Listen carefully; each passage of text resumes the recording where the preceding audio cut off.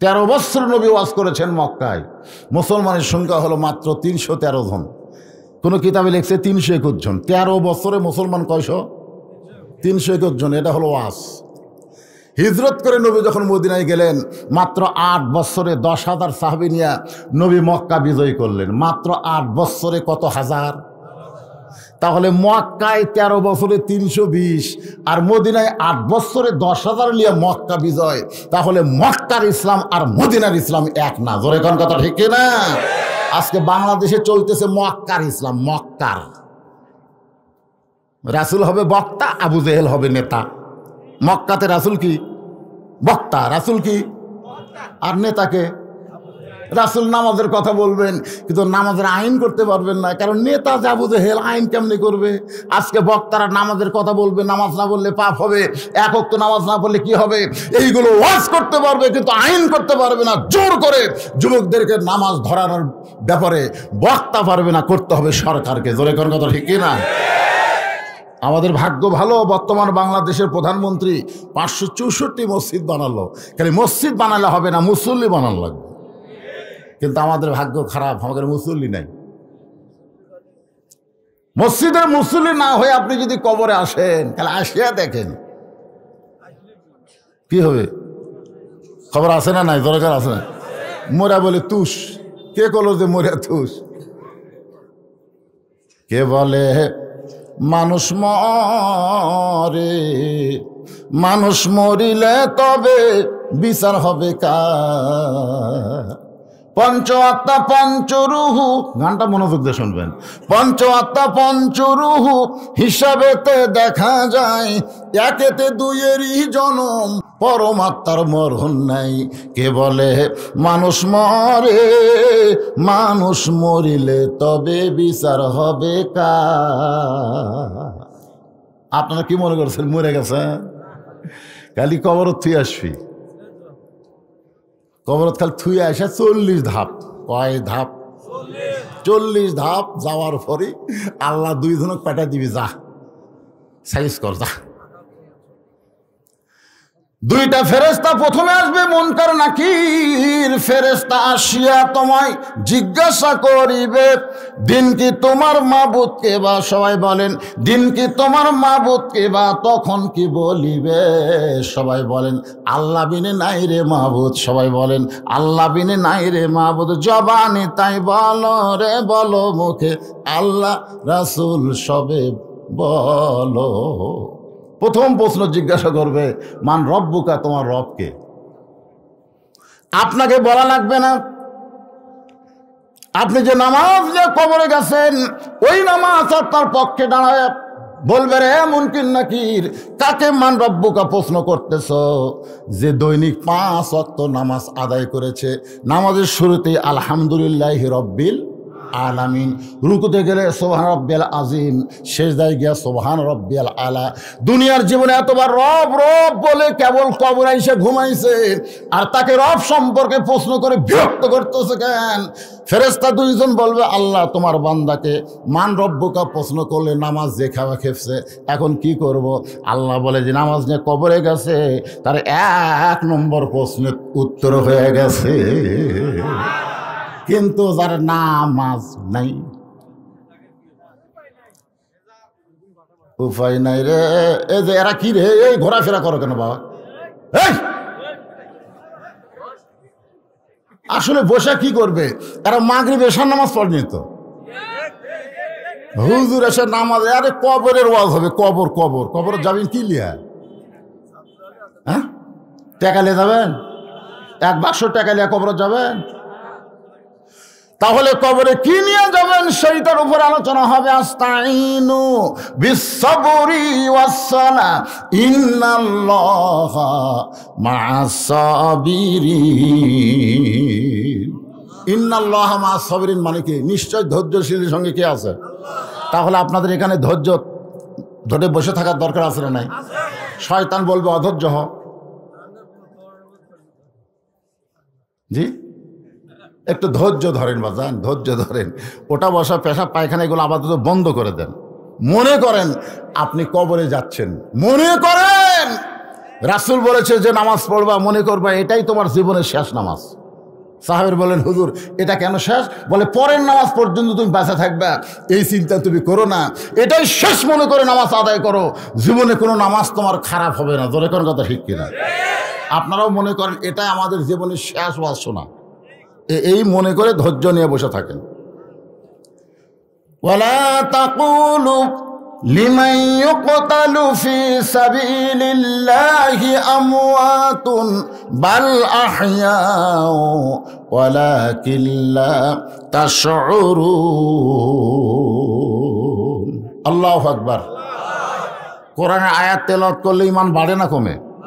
তো ঈমান বাড়ার লক্ষণ কি? আল্লাহু আকবার। যে বক্তাই যখন কোরআনের আয়াত তেলাওয়াত শেষ করবে আপনারা তখন জবান খুলে বলবেন আল্লাহু আকবার। কিন্তু এখানে সমস্যা আছে, যারা আমাদের বাংলাদেশি কিছু দলের লোকেরা সব স্লোগান দেয় কিন্তু আল্লাহু আকবার স্লোগান দেয় না। এরকম কিছু দল আছে না নাই? আপনি দেখবেন ওই দলের মিটিংয়ের মিছিলের মধ্যে সব স্লোগান পাবেন কিন্তু আল্লাহু আকবার দেয় না। লিল্লাহি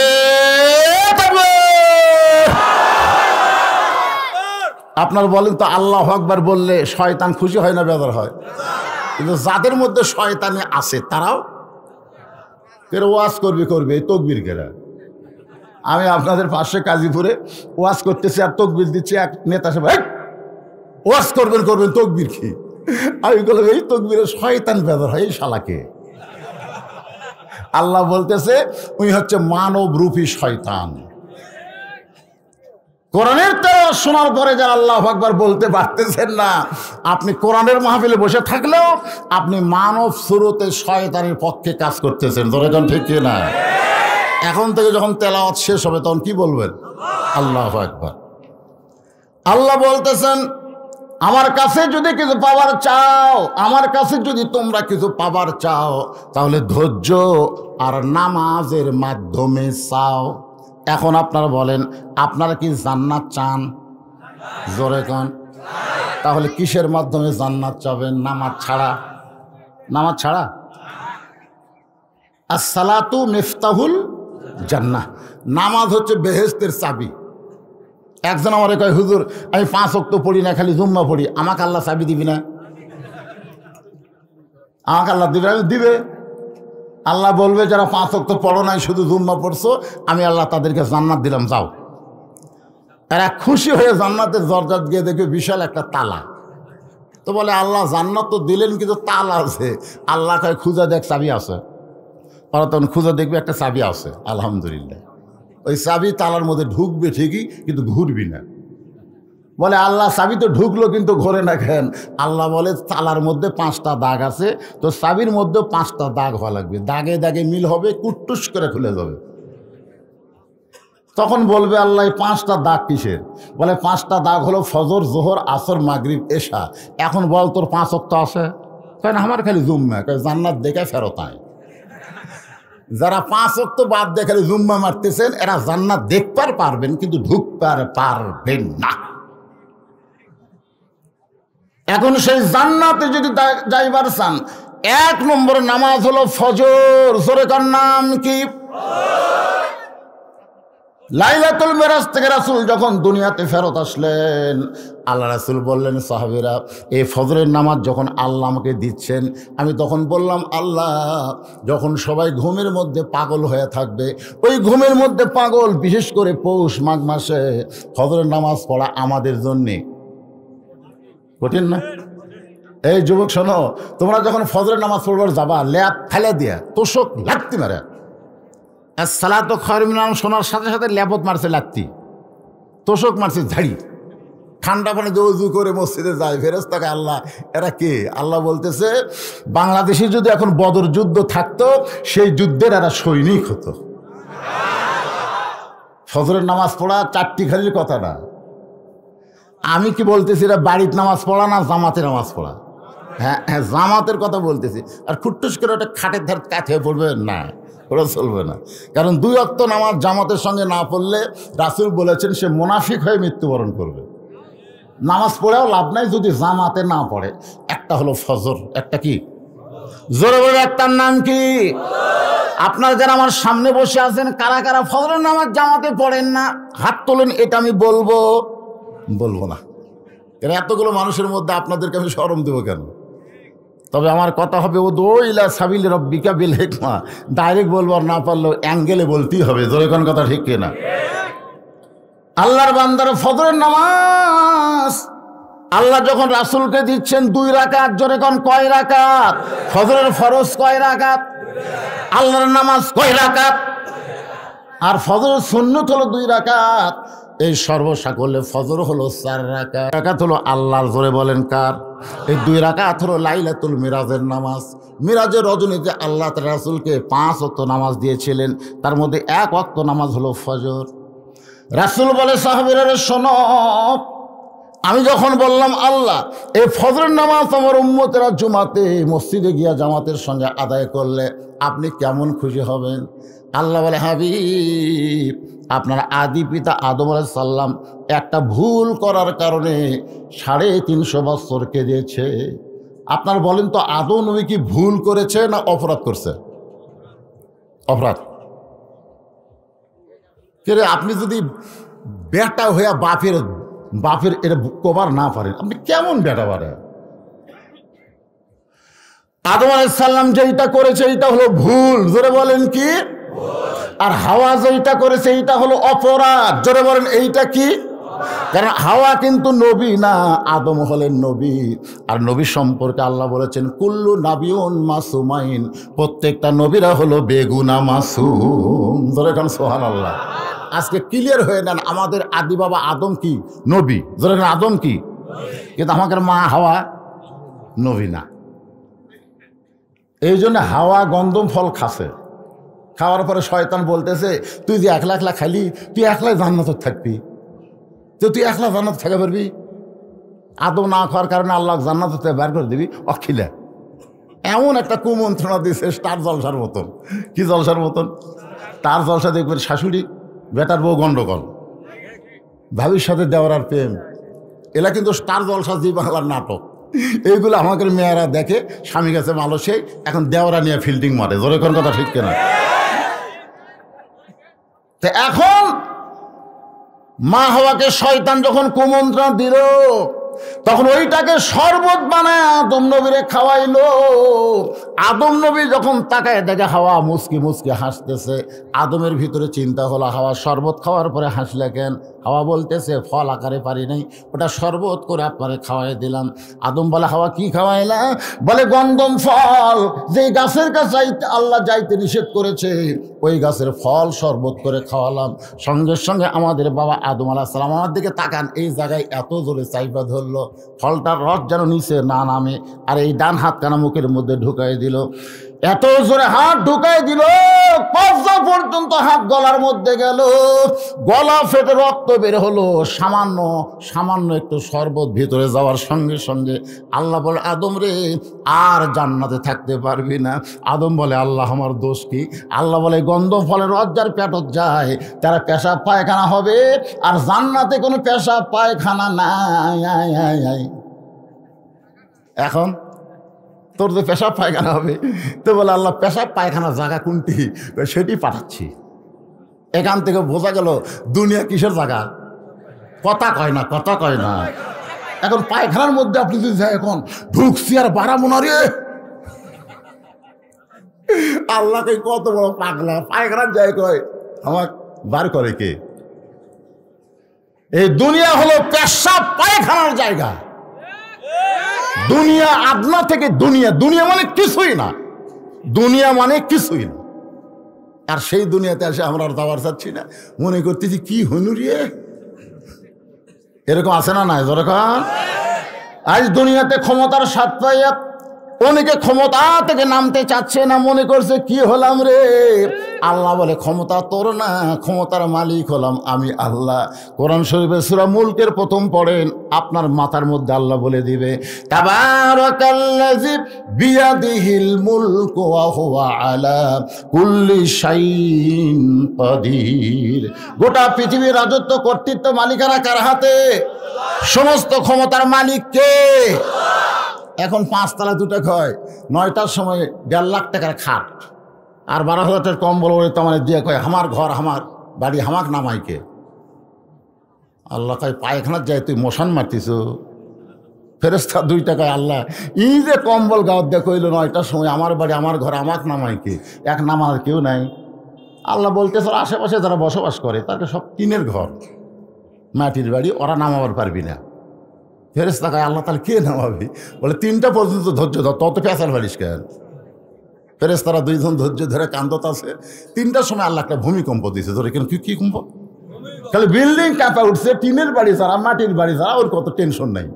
এই বিল্ডিং আলার খুব টেনশন, এত ফোর্সে নামছে কম্বলের মধ্যে লুঙ্গি খুলে আছে, ওরাও পড়ার টাইম পায়নি। ফেরেশতা বলতেছে আল্লাহ নামাইলা তাই করে ন্যাংটা করে নামালা। আল্লাহ কয়ে যারা ক্ষমতা পায় নাম্বার চাই না তাদের নামা হয়তো ন্যাংটার মতোই নামা লাগবে। জয়গণ কথা ঠিক না?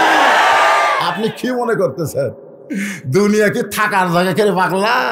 এটা হলো পেশাব পায়খানার জায়গা। জয়গণ কি জায়গা? এই পেশাব পায়খানার জন্য আল্লাহ আদমকে দুনিয়াতে প্রেরণ করলেন। এই পেশাব পায়খানা করতে এসে আদম নবী 300 বছর কাঁদলেন।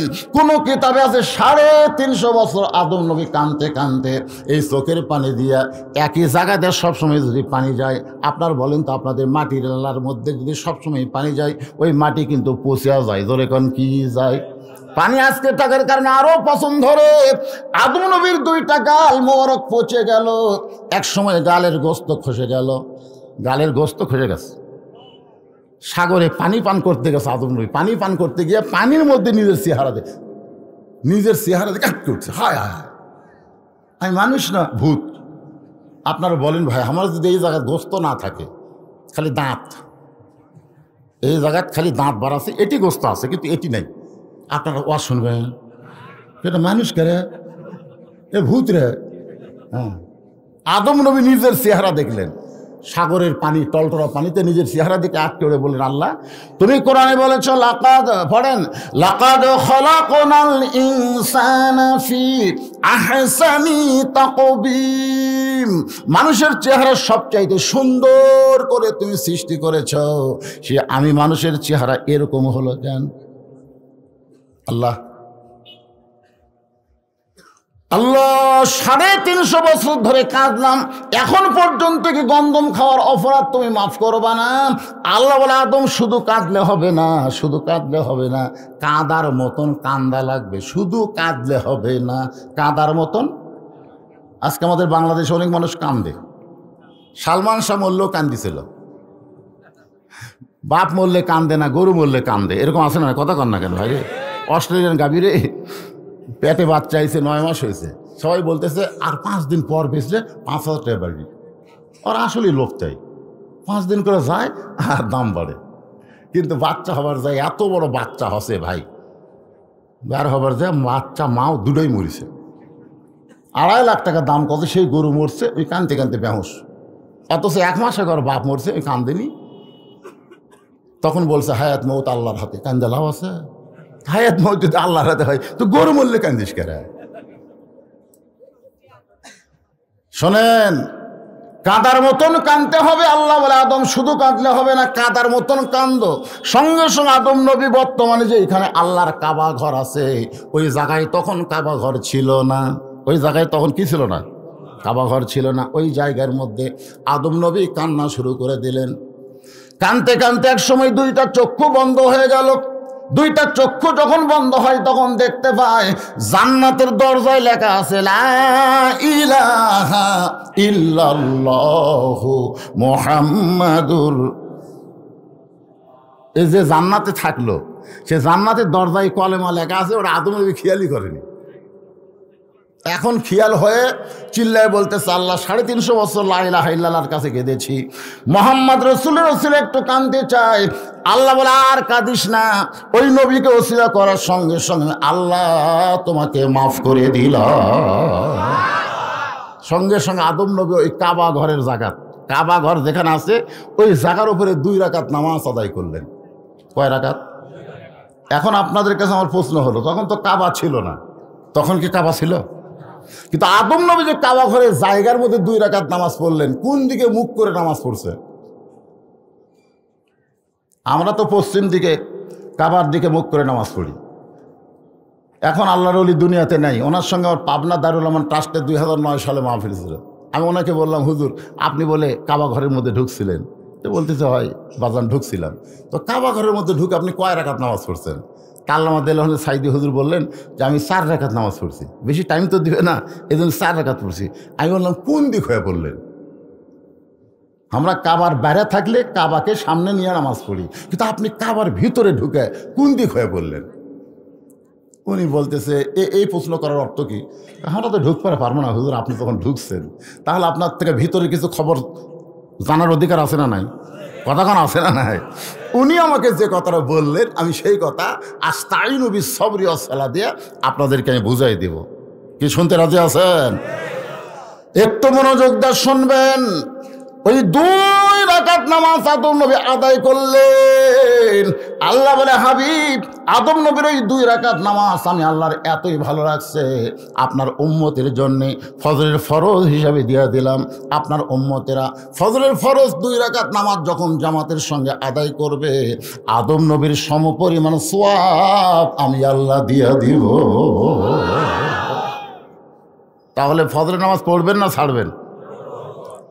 জোহরের 4 রাকাত ফরজ নিয়ে নবী বললেন, সাহাবীরা রে, এই জোহরের 4 রাকাত ফরজ যখন আল্লাহ আমাকে দিচ্ছেন, আমি বললাম, আল্লাহ এই জোহরের 4 রাকাত ফরজ নামাজ আদায় করলে আমার উম্মতের রেজাল্ট কি হবে আপনার কাছে জানতে চাই। আল্লাহ বলেন, হাবিব রে, আপনার জাতির পিতা হযরত ইব্রাহিম চড়কের উপরে বসা, চড়কের রশি ধরে টানতেছে তার বাবা আজর, আর নিচে দাউ দাউ করে নমরুদের আগুনের চুলা জ্বলতেছে। ভাইজান, বর্তমান বাংলাদেশে যারা ইব্রাহিমের অনুসারী, যারা ইব্রাহিমকে জাতির পিতা বিশ্বাস করে, তাদের অবস্থাও খুব একটা ভালো। একটু মনোযোগ দিয়ে শুনবেন। কে টানতেছে? কে? আজর মনে কে হয়? বাবা হয়। সেটা বলে কি হয়? বাবা রশি ধরে টানতেছে ছেলেকে বাঁচানোর জন্যে না মারার জন্যে? আপনার বলেন তো, যেই বাবা জাহান্নামের নয় নমরুদের আগুনের চুলার মধ্যে ফেলে দেওয়ার জন্য ছেলে রশি ধরে টানে, এই বাবা ভালো বাপ না খারাপ বাপ? আর যেই বাবা তার সন্তানকে জাহান্নামের মধ্যে ফেলে দেওয়ার জন্য রশি ধরে টানতেছে, এই বাবা ভালো বাপ না খারাপ বাপ? আপনার বলেন তো, সেই বাবা কারা?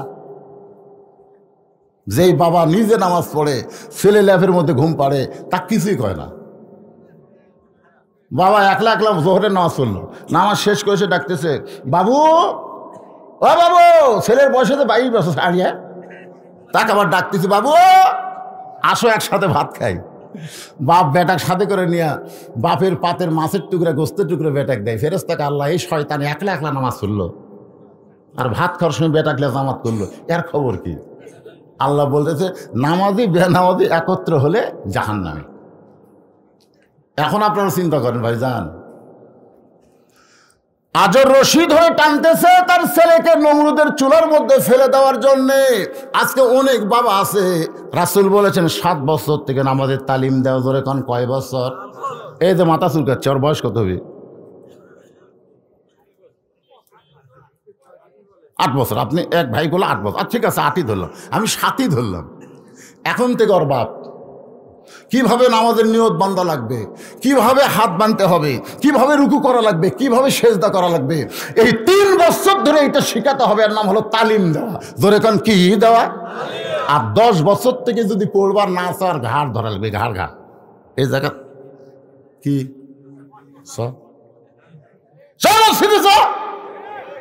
আপনি যদি 10 বছর থেকে আপনার ছেলেকে ঘাড় ধরে মসজিদে নিয়ে যাওয়ার পারেন, ও 20-22 বছরে 4G মোবাইল নিয়ে অশ্লীল ভিডিও দেখবে না। ইন্নাস সালাতা তানহা আনিল ফাহশাই ওয়াল মুনকার। একমাত্র নামাজই পারে মানুষকে যাবতীয় খারাপি থেকে বাঁচাই দিতে। ধরে কোন কথা ঠিক কি না?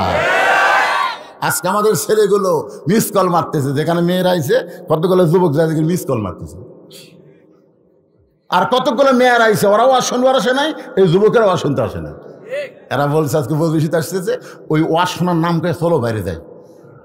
ওই বাপ মারে ফাঁকি দিয়ে চলে আইছে, ইও বাপ মারে ফাঁকি দেয়। আসলে ওয়াজ কেউ শুনতেছে না, খালি মিস কল মারতেছে। কতগুলো যুবক দেখলাম, কতগুলো যুবক আমি দেখলাম ওয়াজ শুরু করতে ওরা কিন্তু 4-5 জন উঠে গেল। আমি বুঝলাম ওরা ওই তালের মারছে মিস কল। এখন হুজুর উঠছে, এখন রাস্তা ক্লিয়ার। আয় মেয়ে মানুষ মানুষের কাছে তোমরা যুবকেরা ঘোরো কেন? আর কোন মেয়ে যুবকে মিস কল মারলো, আপনি কি কবর চাচ্ছেন ওর বাপকে আল্লাহ ছাড়বে? তুই কেমন বাপ? নবী যদি তার মেয়ের দিকে খেয়াল করে, ফাতেমা ডাক দিয়ে বলতে, ফাতেমা কখনো মনে করবা না তোমার বাবা আল্লাহর নবী বলে তুমি জান্নাতি, কখনোই মনে করবা না। জান্নাতে যদি যাবার চাও, জান্নাতের আমল করে জান্নাতে যেতে হবে। খালি ওয়াজটা করে না, এটা তো বড় হলে কইছে। 9 বছরে ফাতেমা, 9 বছর, হাতের মধ্যে চুরি দিয়ে মুচকি মুচকি হাসতেছে। এই দৃশ্য দেখার পরে নবী ঘরের মধ্যে ঢুকলেন না। ফাতেমা চমকে গেল, যে বাবাকে মা মা বলে আদর করে সেই বাবা কেন ঘরে ঢুকলো না? ঘর থেকে ফাতেমা বের হয়ে দেখে বারান্দায় আল্লাহর নবী কাঁদতেছে। ফাতেমা বলে, বাবা কি দুঃখে আপনি এমন করে কাঁদেন? রাসূল বলে, ফাতেমা যে দুনিয়াতে সাজবে মা, আল্লাহ তার আখিরাতের শ্বাস কমায়া দিবে। এর বেশি কথা বলা লাগবে? সঙ্গে সঙ্গে হাতের চুরি খুলে নবী দৌড়ে গিয়ে চুরি কুড়া পকেটে ঢুকেছে। ফাতেমা বলে, বাবা যেই চুরি হাতত দেওয়ার কারণে আপনি ঘরে ঢুকলেন না, বারান্দায় কাঁদেন, সেই চুরি ফাইলা দিলাম, আপনি আবার পকেটে তুললেন কেন? আল্লাহ রাসূল বলে, তুই রাগ করে চুরি ফেলা দিলি? রাগ করে? তোর ফেলা দেওয়া ঢপ দেখে বুঝছি রাগ করছিস। আয় কাছে আয়। ফাতেমা যে কাছে আসছে, 9 বছরের মেয়ের কপালে চুমা খাইছে। আপনার মেয়ে যদি 3 বছর হয়, 4 বছর হয়, তাহলে আপনি মুখে চুমা খাওয়ার পারবেন। 5 বছর 7 বছর যদি গেলে আর মুখে খাওয়া যাবে না, তখনকার হাতত খাওয়া লাগবে, কপালত খাওয়া লাগবে। আল্লাহ রাসূল কপালে চুমা খেয়ে বললেন, মা একদিন তোর নাকে একটা নাক ফুল করে দেবো। কি সুন্দর লাগবে মা, এখানে নাক ফুল থাকবে, তোর কানে 2টা দুল থাকবে রে, তোর গলাতে একটা মালা দেব। ফাতেমা বলে, বাবা সেটা কবে? আল্লাহ রাসূল বললেন, যেদিন তোমার বিবাহ হবে। মেয়েরা কেবলমাত্র এক ব্যক্তির জন্য চুরি পরবার পারবে, গলাত মালা দিবার পারবে, নাকত ফুল দিবে, কানত দুল দিবে, এক ব্যক্তির জন্যে। সেই ব্যক্তি হলো তার স্বামী। তোর এখনো স্বামী হয়নি। এই কথার দ্বারা কি বুঝলেন? এই কথার দ্বারা কি বুঝলেন? সাজুগুজু করতে ইসলাম নিষেধ করে নাই, তবে এক ব্যক্তির জন্য সাজতে হবে। সেই ব্যক্তির নাম কি? আরো জোরে বলেন। আমার মায়েরা যারা পর্দার অন্তরালে বসে আছেন, মা আপনার স্বামীর জন্য সাজবেন। নবীর মেয়ে সেজেছে, নবীর বিবিও সাজছে। মা আয়েশা রাদিয়াল্লাহু তাআলা আনহা গভীর রাত্রে, তখন আয়না ছিল না, নবীর নূরের আলোতে, জোরে কোন সুবহানাল্লাহ। কতগুলো মেয়েরা আল্লাহ রাসূল যখন বিদায় নিল, তখন মা আয়েশার কাছে এসেছে, এসে বলতেছে, মা আমরা নবী সম্পর্কে একটু জানবার চাই। কি সম্পর্কে? তো মা আয়েশা বললেন, তোমরা নবী সম্পর্কে জানবে না আমার স্বামী সম্পর্কে শুনবে? মেয়েরা বলতেছে, আপনার স্বামীও যিনি, আল্লাহর নবীও তিনি। আয়েশা বললেন, না, এক গুলিয়ে ফেললে হবে না। শোনো, আমি 6 বছর বয়স আমার বিয়ে। ছেলেরা শোনো, আজকে মা আয়েশাকে নিয়ে অনেক নাস্তিকের আবল তাবল কথা বলতেছে না, বিশেষ করে আসাদ নূর যে আবল তাবল কথা বলছে। আজকে শোনো, মনোযোগ দিয়ে শোনো। নবীর উম্মত হবে আর নবীর বিবি সম্পর্কে জানবা না, আমার মা সম্পর্কে জানবা না। আয়েশা হচ্ছে আমাদের মা, যেরকম কে উম্মাহাতুল মুমিনিন। 6 বছর বয়সে নবীর সঙ্গে বিয়ে হয়েছে। কয় বছর? আর 9 বছর বয়সে নবীর ঘরে আইছে। মা আয়েশার বয়স যখন 18 বছর, তখন নবী বিদায় নিছে। সর্বসাকলে নবীর ঘরে থাকছে কয় বছর? হিসাব করলো না। 6 বছরে বিয়া হয়েছে, 9 বছর ঘরত আইছে, আর 18 বছর বয়সে নবী বিদায় নিছে। তাহলে কয় বছর? 9 বছর। আয়েশা বলতেছে, আমি নবীর সঙ্গে ছিলাম। এই 9 বছরের মধ্যে আমি মাত্র 3 বার, কয়বার? 3 বার আল্লাহর নবীকে দেখছি। 9 বছরে দেখছি মাত্র 3 বার। আর সবসময় তিনি আমার স্বামী ছিলেন। আর নবী হিসাবে দেখেছি মাত্র কয়বার? 3 বার। আর সবসময় কি ছিলেন? স্বামী ছিলেন। এখন তোমরা বলো, এই 3 বার নবীর কথা শুনবা না সবসময় স্বামী ছিল সেটার কথা শুনবা? তো মেয়েরা বললো, আমরা তো গোলক ধাঁধত পড়ে গেলাম। ঠিক আছে, আপনার স্বামীর সম্পর্কে শোনার আগে আপনি যে 9 বছরে 3 বার নবীকে দেখলেন, এই নবী সম্পর্কে একটু আমরা জানতে চাই। আজকে যারা আমরা নবীর উম্মতের দাবি করি, সেই নবী সম্পর্কে আমাদের জানার দরকার আছে না নাই?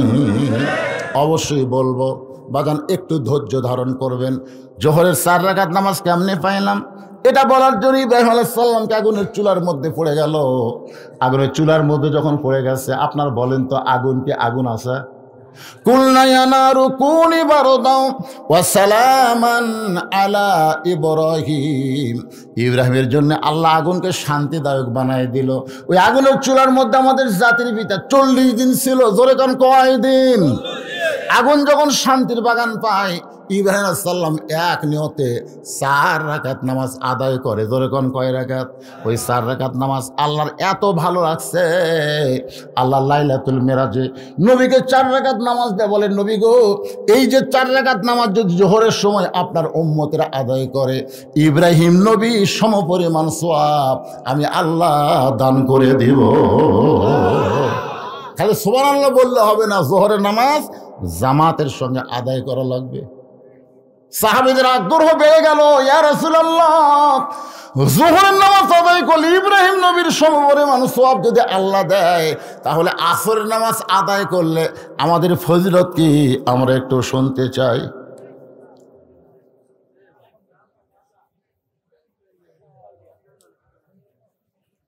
কালেকশন হয়নি?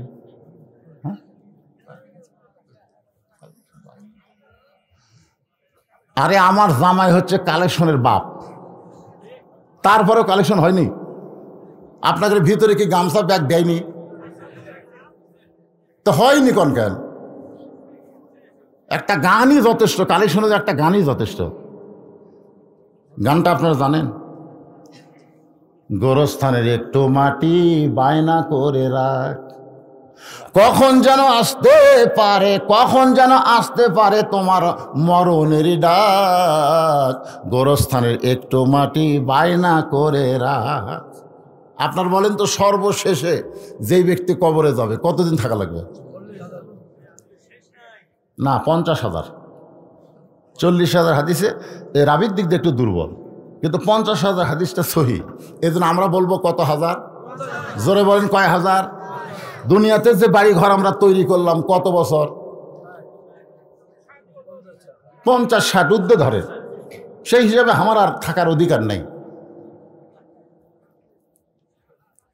এই কথা কেমনি বলে যে গোরস্থানের জন্য আদায় হয়নি? যেই বাড়িতে তুমি থাকতে পারবে না, সেই বাড়ি যদি এত সুন্দর করে তৈরি করো, যেখানে তোমাকে 50,000 বছর কমাস কম থাকা লাগবে, সে গোরস্থানের জন্য কান্দা কান্দা টেকা তোলা লাগবে না? ঠিক আছে। আর আপনাদের গোরস্থান, বিশেষ করে এই আওতার মধ্যে যারা গোরস্থান বানাইছে, তাদেরকে বেশি বেশি দান করা লাগবে। বাইরে থেকে যারা আইছে, ওরা কি গোরস্থানের টাকা কেনা বেশি টাকা দিবে? তাই ওই 10, 20, 50 টাকা, 100 টাকা দান করবে। আর আপনাদেরকে মেন ভূমিকা পালন করা লাগবে। তো গোরস্থান, এই যে কয় গ্রামের গোরস্থান? এটা কয় গ্রামের? যারা এই যে গজারিয়ার যারা মাহফিল করতেছেন গোরস্থান, এই আহালের মধ্যে যারা আছেন, তারা কারা কারা একটু হাত তোলেন তো দেখি।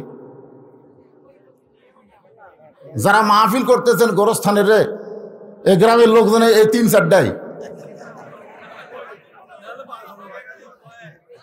আচ্ছা, এই আপনারা বাহির থেকে কারা কারা আইছেন তারা একটু হাত তোলেন দেখি, যারা বাইরের লোক। আচ্ছা, হাত নামান। বাহিরের সব লোক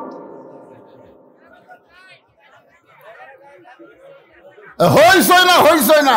আপনি যেখানেই যান, গোরস্থানের জন্য দেওয়ারটি হলো মৃত্যুকে আপনার খেয়াল আছে, মৃত্যুকে আপনার খেয়াল আছে। এখানে অনেক জামাই এসেছেন, অনেক শ্বশুর আইছেন, তারা এই গ্রামেরই হয়ে গেছে। এই গ্রামের জামাই আছে, শ্বশুর আছে, বিয়ে আছে, তারা হয়তো আজ গাইছেন। তাদেরকে আমি বলবো, আমাকে বলতেছে হুজুর গোরস্থানের জন্য তেমন কিছু আদায় হয়নি। আমি আজকে কবরের পাথেও জোগাড় নামাজের কথা বলতেছি। নামাজের ওয়াজ সবাইকে ভালো লাগবে না। আমার ওস্তাদ আমাকে বলেছে, যারা সুদ খায়, তুমি যদি সুদের বিরুদ্ধে ওয়াজ করো, এদের কলিজার মধ্যে আগুন ধরবে। যে শালারা বেয়া নামাজি, এদের নামাজের ওয়াজ ভালো লাগবে না। বলে কথা কন না কেন? হ্যাঁ, নামাজের ওয়াজ ভালো লাগবে না, নামাজই পড়ে না তো। বুড়া হয়ে গেছে, তারপরে নামাজ পড়ে না। ইমাম মালিক রহমতুল্লাহ বলেছেন, কোন বেয়ানামাজ যদি মারা যায় আর কোন নামাজ যদি তার জানাজায় হাজির হয়, তার আমল নামায় 1 হুকবা পরিমাণ পাপ হবে। ছাত্ররা বললেন, হুজুর বেয়ানামাজির জানাজা তো যাওয়া যাবে না। ইমাম মালিক বললেন, পরিবেশের চাপ যদি থাকে তুমি অজু ছাড়া যাবা। যদি পরিবেশের চাপ থাকে যে জানাজাত না গেলে গ্রামের লোক কি বলবে, তাহলে তুমি অজু ছাড়া যাবা, অজু করে না, অজু ছাড়া। অজু করা অবস্থায় যদি বেনামাজে জানাজাত যাও, তাহলে তোমার আমল নামায় 1 হকবা পরিমাণ পাপ হবে। কেন পাপ হবে শোনেন, বাইনাল আবদি ওয়াল কুফরি তর্ক সালাত। আল্লাহ রাসূল বলেছেন বান্দা আর কাফের এই দুইটা পৃথক করার জিনিসটার নামই হলো নামাজ। যারা বান্দা তারা হলো নামাজি, আর যারা কাফের তারা হলো বেনামাজি। আমি যেই বলবো বেনামাজি, আপনারা বলবেন কাফের, বলতে পারবেন না। বেনামাজি, আরো জোরে বেনামাজি। আর নামাজিরা জান্নাতি, নামাজিরা ফাদখুলি ফি ইবাদি ওয়াদখুলি জান্নাতি। আপনাদের এখান থেকে সামান্য দূরেই কিন্তু সারিয়াকান্দি, জোরে গান ঠিক কিনা? গত বছর দিনের বেলায় আমি একটা মাহফিল করছিলাম, আপনাদের মনে আছে? বার্ষিক। আর একটা আমার করবার দেয়নি, যাই হোক যেটা দেয়নি সেটা বাদ দেন। যেটা করছিলাম ওইখানে কিন্তু আমি আসরের নামাজের আলোচনা করছিলাম, ওই জায়গায় আমি আসরের নামাজের আলোচনা করছিলাম। এই জন্য আজকে আর নতুন করে আসরের ওয়াজ করব না, এখন ওয়াজ করবো মাগরিবের 3 রাকাত। জোরে কোন কয় রাকাত? হ্যাঁ, সেদিন শোনেন নি? আচ্ছা তাহলে পরে বলবো। এখন মাগরিবের 3 রাকাত নামাজ। আপনারা বলেন তো 5 ওয়াক্ত নামাজ, 4 ওয়াক্ত কিন্তু জোর। ফজর 2 রাকাত হলেও কিন্তু জোর। জোহর 4 রাকাত জোর, আসর 4 রাকাত জোর, এশা 4 রাকাত জোর, আর মাগরিবের 3 রাকাত হলো জোর। বেজোর না? আচ্ছা 5 ওয়াক্তের মধ্যে 4টাই হলো জোর। জোর আর বেজোর বোঝুন তো আপনারা। তাহলে মাগরিবের 3 রাকাত কি? সাহাবারা বললেন এ রাসূলুল্লাহ, এই বেজর মাগরিবের 3 রাকাত নামাজ আদায় করলে আমাদের লাভটা কি? রাসূল বললেন তাহলে শোনো, এই যে কোরআন শরীফের ওয়াজ শুনতেছেন, এই কোরআনের মধ্যে একজন নবীর নাম আছে। সেই নবীর নাম হলো ইয়াকুব নবী। জোরে কোন কি নবী?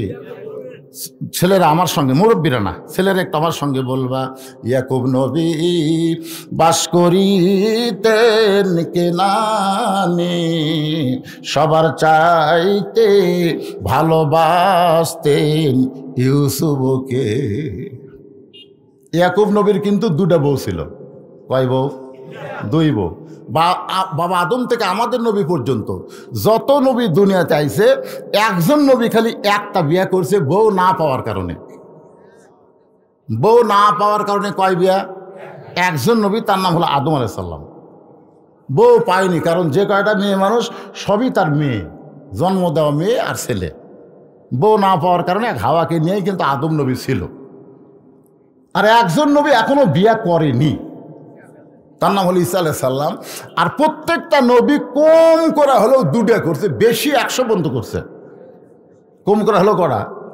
2টা করছে। এই জন্য আল্লাহ কোরআনে যেখানে বিয়ের আয়াত দিয়েছে সেখানে 2 দিয়ে শুরু করছে। তোমরা 2টা বিয়ে করো, মজা পাবা। 1 বউ রাগ করলে আর 1 বউয়ের কাছে যাবা। জোরে কোন কথা ঠিক কিনা? আর একটা লিয়েই যদি থাকো, তোমার জীবনে মজা নাই। কোনো বউ যদি রাগ করে, খালি এই তুই রাগ করছো আর কাছে যাবো, দৌড়ে এসে পা ধরে বলে যাই না, আমি ভালো হয়ে গেছি। মেয়েদেরকে যদি সাইজ করতে চান, সামর্থ্য থাকলে আর একটা বিয়ে করেন, আপনার জীবন শান্তিময় হয়ে যাবে। খালি অর্থের দিকটা সামর্থ্য না, ওই দিকটা সামর্থ্য হওয়া লাগবে। জোরে কোন কথা ঠিক কিনা? ওই দিকে কোন দিক ওটা ইশারা করে বললাম, পরে বুঝে নেবেন। তাহলে ইয়াকুব নবী 2টা বিয়ে করছেন। জোরে কোন কয়টা? 2টা বইয়ের পেট থেকে আল্লাহ তাকে 12টা সন্তান দিয়েছিল। জোরে বলেন কয়টা? একটা বইয়ের পেট থেকে মাত্র 2টা ছেলে, আর একটা বইয়ের পেট থেকে 10টা ছেলে। এই 10টা ছেলে অত্যন্ত খারাপ ছিল, 2টা ছেলে অত্যন্ত ভালো ছিল। ইয়াকুব নবী নির্জনে বসে আল্লাহর কাছে কান্দের, বলে আল্লাহ আমার 10টা ছেলে এত খারাপ হলো কেন? আমি নবী হয়ে জন্ম দিলাম, তারপরে 10টা ছেলে আমার এত খারাপ হলো কেন? আর আমার 2টা ছেলে এত ভালো হওয়ার পিছনে কারণ কি? আল্লাহ বলে ইয়াকুব তুমি বাবা, তুমি বুঝবা না, সন্তান ভালো মন্দ এটা বাপের কারণে হয় না, এটা হয় মায়ের কারণে। তোমার যে 10টা ছেলে খারাপ, এই 10টা হলো তোমার ওই বউটাও খারাপ। জোরে কোন কি খারাপ? আজকে যেই ছেলেরা কোরআনের মাহফিল হিসাব মেলার মধ্যে ঘুরতেছে, রাস্তায় রাস্তায় ঘুরতেছে, কোরআনের মাহফিলে বসার সৌভাগ্য হচ্ছে না, বুঝবেন ওই ছেলের দোষ না, দোষ হলো ওর মায়ের। দোষ হলো কার? এই জন্য খ্রিস্টান নেপোলিয়ন বলেছে ভালো একটা ছেলে যদি তোমরা চাও তাহলে ভালো একটা বাবা লাগবে না, ভালো একটা মার বড় দরকার। আজকে আমরা ভালো ছেলে যদি পাওয়ার চাই ভালো মায়ের দরকার আছে না নাই? 10টা ছেলে রক্ত মাখা জামা নিয়ে ইয়াকুব নবীর সামনে কাঁদতেছে। এটা কিন্তু আসল কান্না না, এটা হলো অভিনয়ের কান্না। চোখ দেখালে দর করে পানি পড়তেছে। ইয়াকুব বলে খবর কি বাবা? বলে এই যে আব্বা ইউসুফের জামা, অনেক চেষ্টা করে বাঘের হাত থেকে ইউসুফকে আমরা রক্ষা করবার পারিনি, কিন্তু জামা রক্ষা করছে। আপনার বলেন তো এর মধ্যে ষড়যন্ত্র আছে না নাই? আচ্ছা, বাঘ যদি ইউসুফকে ধরে তাহলে আগে কি ইউসুফকে ধরছে না জামা ধরছে? জামা দেখে যে রক্ত মাখা জামা, কিন্তু কোনো জায়গা ছিঁড়েনি, ছিঁড়া ফাটা কিছুই নাই, সে জামা রক্ত মাখা। ইয়াকুব নবী বুঝবার পারলেন যে এরা ষড়যন্ত্র করছে, কিন্তু জবান খুললেন না, কারণ জবান খুললেই বিপদ, জবান খুললেই বিপদ। এই কারণে তিনি ঘরের মধ্যে গেলেন। ঘরের মধ্যে গিয়ে রক্ত মাখা জামা নিয়ে আল্লাহর কাছে বললেন, আল্লাহ আমার 10টা সন্তান ষড়যন্ত্র করতেছে, আমি তোমার কাছে বলতেছি আল্লাহ আমার ইউসুফ যেখানে থাকে না কেন তুমি তাকে হেফাজত করো। আপনারা বলেন তো সন্তানের জন্য বাপের দোয়া কবুল হয় কি হয় না? শ্বশুরের হয়? কথা কয় না। বাপের দোয়া কবুল হয় কি হয় না? মায়ের দোয়া কবুল হয় কি হয় না? ডিসেম্বরের 1 তারিখে আমার অ্যাক্সিডেন্ট, 1 তারিখে আমার অ্যাক্সিডেন্ট হলো, আমার গাড়িকে ট্রাক এবং বাস মারা দিল। আপনারা সবাই দেখছেন ফেসবুকে, সোশ্যাল মিডিয়ায় আমি ওটা ছেড়ে দিছি। গাড়ি গুঁড়া হয়ে গেছে, কিন্তু আমার কিছু হয়নি। সব আল্লাহর না, সব আল্লাহর না রে। এইখানে আমার মা, আব্বা 18 সালে মারা গেলে মা আমাকে বলল, বাবা তুই বাপের জানাজা যেভাবে করলি আমি মরে গেলে এরকম কান্দা কান্দা জানাজা করা লাগবে, ওয়াদা দে। তা আমি বললাম, মা আপনি আগে মরবেন না আমি আগে মরবো, কেমন বলবো? বলে আমি মা হয়ে দোয়া করতেছি, আমার আগে তুই মরবি না কেন? সবসময় যদি 5 ওয়াক্ত নামাজ পড়ে তোর জন্য দোয়া করি, মরবি কেমন? আমি সেদিন বুঝলাম যে মায়ের দোয়ার কারণে মাও যে আমার এখনো মরেনি, মাও যদি মরতো আমি বাঁচতাম না, কারণ জানাজা যে করা লাগবে। এই জানাজা করার জন্য আল্লাহ মায়ের দোয়ায় এখন আমাকে অক্ষত রাখছে, জোরে কর সুবহানাল্লাহ। তাহলে মায়ের দোয়া কবুল হয় না শাশুড়ির দোয়া? জোরে কর কার দোয়া? বাপের দোয়া না শ্বশুরের দোয়া? বাপের দোয়া না দয়াল বাবার দোয়া? দয়াল বাবার দরবারেতে কেউ ফিরে না খালি হাতে, দয়াল বাবার দরবারেতে কেউ ফিরে না খালি হাতে। শালি বাবা কেল্লা বাবা, এই বাবা বাবা নিয়ে যারা জিকির করে এরাই হলো 1 নম্বর ভণ্ড। জিকির করতে হবে কার? শুধুমাত্র আল্লাহ ছাড়া অন্য কারো নামে জিকির করা যাবে? এমনকি নবীর নামও জিকির করলে শিরক হবে। কারণ নবীর নামে একটা গান গাইছিল আব্দুল আলিম, নবীর নাম জপে যেজন, নবীর নাম জপে যেজন সেই তো দোজাহানের ধনী। সমস্ত আলিম কইল আব্দুল আলিম শিরক করতেছে, নবীর নাম জপে যেজন এই জায়গায় বলতে হবে আল্লাহর নাম জপে যেজন, আল্লাহর নাম জপে যেজন সেই তো দোজাহানের ধনী। তখন শিল্পী আব্দুল আলিম বলল, ভাইজান তাহলে আমি কি বলবো? তখন তারা বলল, আলেমরা বলল আপনি বলেন, নবী নাম ভাবে যেজন, নবী নাম ভাবে যেজন সেই তো দোজাহানের ধনী। নবীকে ভাবা যাবে কিন্তু জপা যাবে না। জিকির করতে হবে একমাত্র কার? একটু মনোযোগ দিয়ে শুনবেন। ইয়াকুব নবী আল্লাহর কাছে দোয়া করছে, আল্লাহ ইউসুফকে কিভাবে হেফাজত করতেছেন দেখেন। বণিকেরা যাচ্ছে ব্যবসা করতে, হঠাৎ পানি তৃষ্ণা দেওয়ার মালিককে আল্লাহ। ওরা পানির খোঁজ করতে করতে কূপের কাছে গিয়ে দেখি, ওরে বাবা রে, পূর্ণিমার চাঁদের চাইতে ওরে ফটফটা। একটা যুবক গান গাইছে, কুত্তার বাচ্চা ফুটফুটা সুন্দর, তোর হাওড়া ভাঙ্গা দিবি রে, হাওড়া ভাঙ্গা দিবি, কুত্তার বাচ্চা। লাকাদ খালাকনাল ইনসানা ফি আহসানি তাকবীম, বলতে হবে মানুষের বাচ্চা ফুটফুটা সুন্দর। ধরে কোন কার বাচ্চা? কথা কয় না। আপনার কি কুত্তার বাচ্চা না মানুষের বাচ্চা? ওই যে কইলো কুত্তার বাচ্চা, কুত্তার বাচ্চাটা কি বুঝালো? পরে বলতেছে ডাল চোর, গম চোর, আর কুন্ডা ভোট চোর। আরো কত চোর আমাকে দেশত আছে না নাই, ওদেরকে কিন্তু লক্ষ্য করে বলেছে কুত্তার বাচ্চা। ওটা বলার পেছনে কারণ হলো আল্লাহ বলেছেন সুম্মা রাদাদনাহু আসফালা সাফিলিন। কর্মদোষী মানুষ পশুর চাইতেও জঘন্য হয়ে যাবে। একটু মনোযোগ দিয়ে শোনেন, ইয়াকুব নবীর দোয়া আল্লাহ কিভাবে কবুল করছে। ওরা কূপের কাছে আইসা থেকে ফুটফুটা পূর্ণিমার চাঁদের মতন সন্তান, এত সুন্দর সন্তান, তোলা নিয়ে ব্যস্ত হয়ে গেছে। পানি পান করবে, ইউসুফকে তোলা নিয়ে ব্যস্ত, উপরে তুলে খালি বলতে আমি নেবো, ওইটা আমি নেবো। সবাই কাড়াকাড়ি লাগছে, সুবহানাল্লাহ সুবহানাল্লাহ। কিন্তু তোরা কুয়ার মধ্যে ফেলা দিলি, তাকে নেওয়ার জন্য কাড়াকাড়ি দেখছেন। সবাই যখন কাড়াকাড়ি করতেছে, মনিব ওকে সর্দার, ওই বণিকের সর্দার বলতেছে এক কাম করা হোক, এই কাড়াকাড়ি না করে এক টুকরা টুকরা করি, টুকরা টুকরা করে আমরা ব্যাটালি। তখন সবাই বলতেছে মনিব এক যদি টুকরা টুকরা করেন ই পৌঁছে যাবি, ই বাঁচে থাকবি। বলে তাহলে কাড়াকাড়ি করিস করে, সব বাজারত বেশি বেশি টাকা ভাগ করলে। এখন মানুষ বেচার বাজারে নিয়ে গেছে ইউসুফকে, নবীর ছেলে ইউসুফ নবী, জোরে কোন সুবহানাল্লাহ। ওই বাজারে বহু মানুষের খরিদ্দারের ভিতরে দুইটা খরিদ্দার স্পেশাল ভাবে ঘুরতেছে, একটা হলো আজিজ মিশর আর একটা হলো জোলাইখা। একজনের নাম কি? আজিজ মিশর। আজিজ মিশর হলো স্বামীর নাম, আর জোলাইখা হলো বইয়ের নাম। বউ ঘুরতেছে সামনে সামনে, স্বামী ঘুরতেছে পিছনে পিছনে। একটাই মাত্র অপরাধ, বউকে সামনে দিয়ে স্বামী পিছনে থাকা অপরাধ হলো বহুদিন হলো বিয়ে হচ্ছে কিন্তু বাচ্চা হচ্ছে না। কি হচ্ছে না? আসলে বিয়ে করার পরে বইয়ের কোলে যদি বাচ্চা না দেওয়া যায়, ওই স্বামী কিন্তু অসহায়। মেয়ে মানুষ কয় তুমি যতই বিল্ডিং দাও, যতই গলার মালা দাও, একটা বাচ্চা দাও, আমাকে একটু মা মা বলে ডাকবে, আমি একটু বুকের মধ্যে চাইবা ধরবো। মেয়েরা কিন্তু মাতৃত্বে খুশি, জোরে গান ঠিক কিনা? জোলাইখার বাচ্চা হয় নাই, বিয়ে হয়েছে বহুদিন। দেখি তো ছোট্ট মানুষের মধ্যে একটা ফুটফুটা বাচ্চা পাওয়া যায় কিনা। ইউসুফের সামনে দাঁড়ায় জোলাইখা হিঁকা নিলেন। আজিজ মিশর বলে খবর কি? বলে এত সুন্দর সন্তান আমি জীবনে কোনোদিন দেখি নাই, এইটারে আমি সন্তান হিসাবে নিবার চাই। ধরে কারণ সুবহানাল্লাহ। মনিবের সর্দার মুচকি মুচকি হাসতেছে। অন্য মনিবগুলোকে হাসেন কেন, বণিকগুলোকে হাসেন কেন? বলে হাসার কারণ হলো মেয়ে মানুষ যখন কোনো জিনিসের পছন্দ করে বুঝতে হবে তার দাম 10 গুণ বেশি। এই জন্য বউ নিয়ে খবরদার মার্কেট যাবেন না। আপনার বউ যদি কোনো জিনিস পছন্দ করে, কাপড়ওয়ালা 10 গুণ দাম বাড়াবে। কারণ মেয়ে মানুষ যদি কোনো জিনিস পছন্দ করে, আপনি যদি না লিয়ে দেন, ওই ওর তাকে ঘন ঘন শুরু করবি, ও আর কোনো জিনিসই ভালো লাগবে না, আর মার্কেটে থাকবো না। এই জন্য মেয়ে মানুষের জিনিসের দাম 500, আপনি বউ লিয়ে গেলে দাম চাবি 5000, 5000, 750, 5000।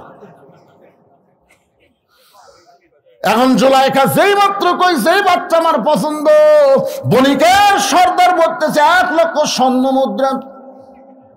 আজিজ মিশর বলে একটা বাচ্চার দাম কি এত হয়?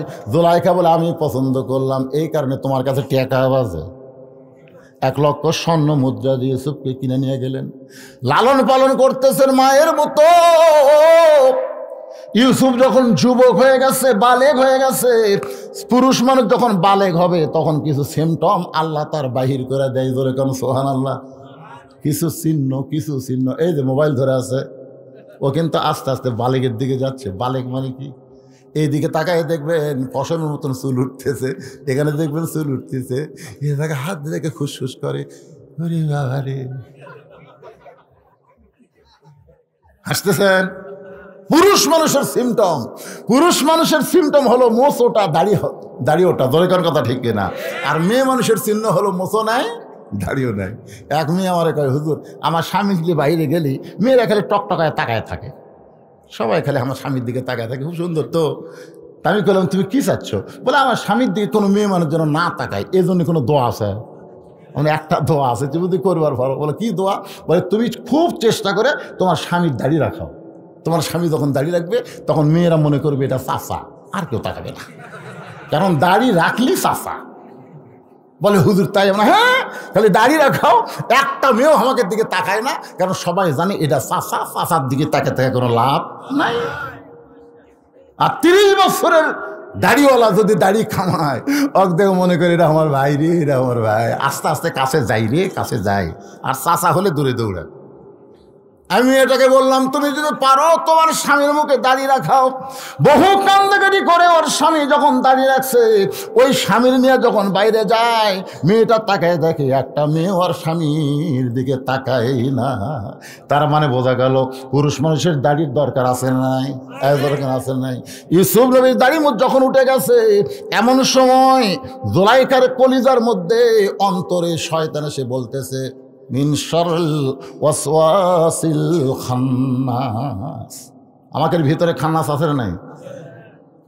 ওয়াসওয়াসিল খান্নাস। খান্নাস এসে বলতে জুলাইখা, দেখ দেখ আজ বছর বুড়া রে, আরে আর সাইজ দেখছো, এখানে কমলা লেবুর মতন রে। শয়তান ধোকা দিচ্ছে। জুলাইখা বলতেছে এরা আমার সন্তান হয়। শয়তান বলতেছে কোন পক্ষের সন্তান? সে করছেন না আমার স্বামী বুড়া হয়ে গেছে, কি টাটকা মাল। এমন ধোকা মারছে শয়তান।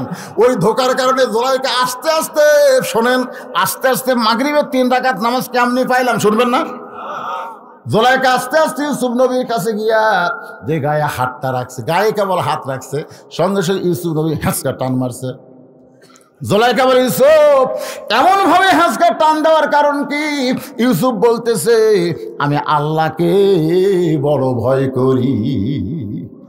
ইন্নী আখাফুল্লাহ। ভয় করি কাকে? জুলাইখা বলে, আমি তোমার গায়ে হাত দিলাম আর তুমি আল্লাহ ভয় করো, তার মানে? বলে, আপনি এতদিন আমার গায়ে হাত দিয়েছেন, কিন্তু আজকের হাত দেওয়ার মধ্যে কম বিশ্বাস। এতদিন আপনি গায়ে হাত দিয়েছেন, আমার গরম লাগেনি, গরম লাগেনি। মায়ের হাতের যেরকম মহব্বত সেই রকম লাগছে, কিন্তু আজকে হাত দেওয়া মাত্রই মনে হয় আপনার হাতের তোরা আগুন জ্বলতে যায়। টানছি। জুলাইখা কাকা, এটা কে রে, এটা কে রে? আসলে খেয়ে বোঝা লাগবে না, ওটা হচ্ছে আল্লাহর নবী। ধরে কোন সুবহানাল্লাহ। জুলাইখা দেখতে সোজা আঙ্গুলে যখন ঘি উঠবে না, আঙ্গুল বেঁকা করা লাগবে।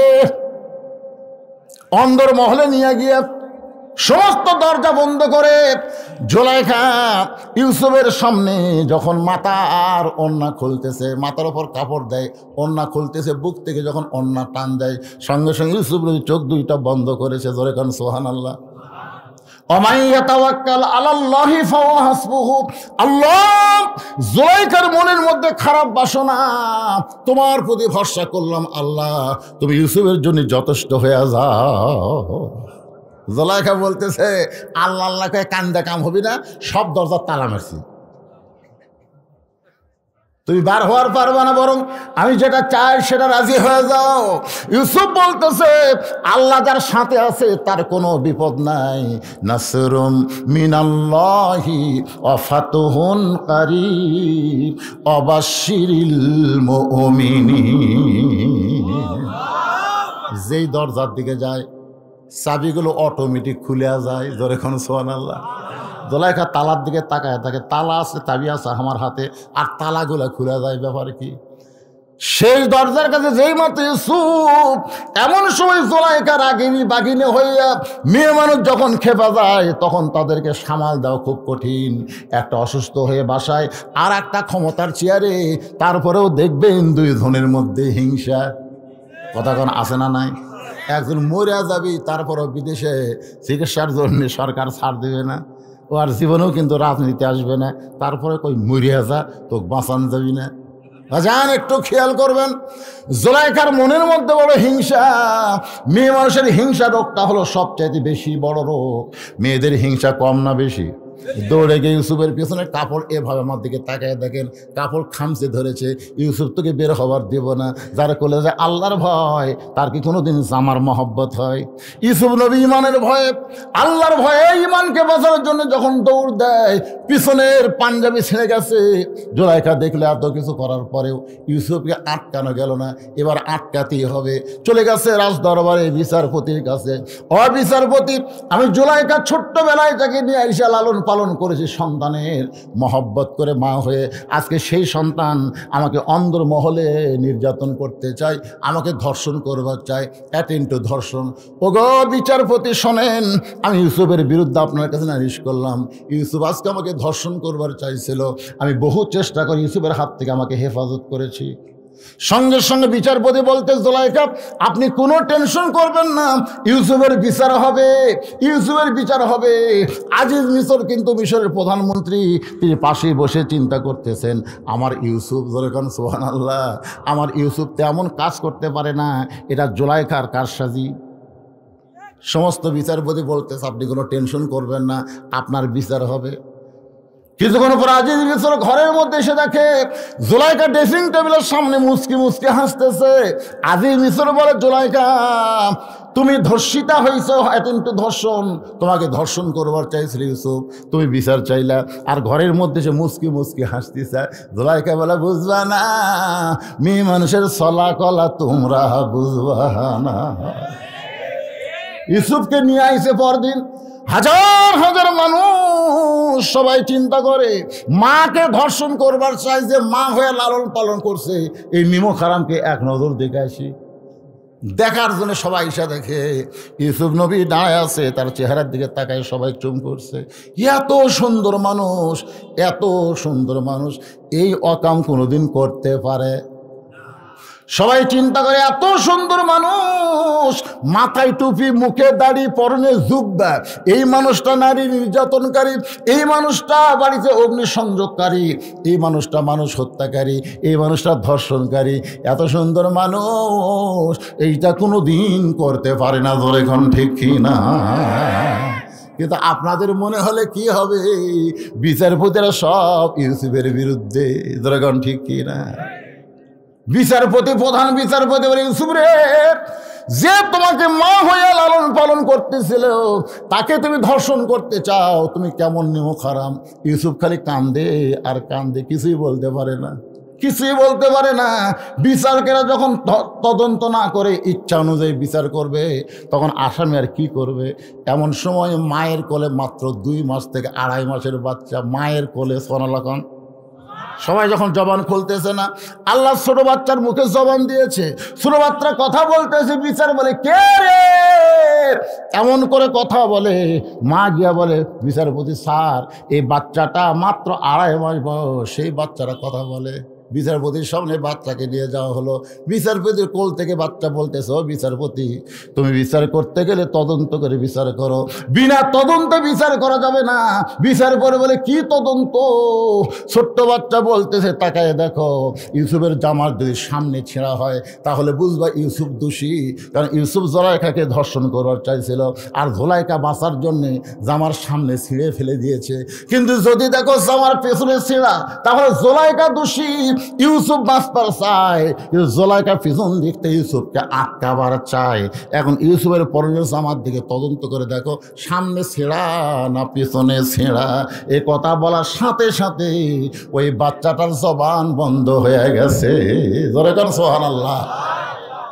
বিচারপতিরা তদন্ত করে দেখে ইউসুফের সামনের জামা ছেঁড়া তো দূরের কথা, একটু ময়লাও নাই, একটু ময়লা নাই। আর পেছন দিকে তাকায় দেখে জামা ছিঁড়ে গেছে। সমস্ত বিচারপতি চোখ বন্ধ করে মনে মনে কয়, ইউসুফ তুমি নির্দোষী, ইউসুফ তুমি নির্দোষী।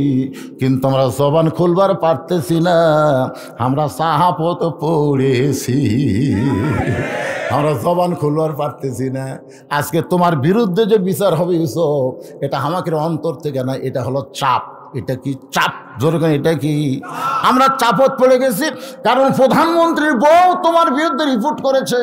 এখন তোমার পক্ষে রায় দিলে আমাদের বিচারপতিগিরি আর থাকবে না, আমাকে বিচারপতির আসন থেকে তাড়াই দিবে। এই জন্যে কি করব, সবাই চাপে পড়ে জবান বন্ধ করে ইউসুফের তদন্ত করে।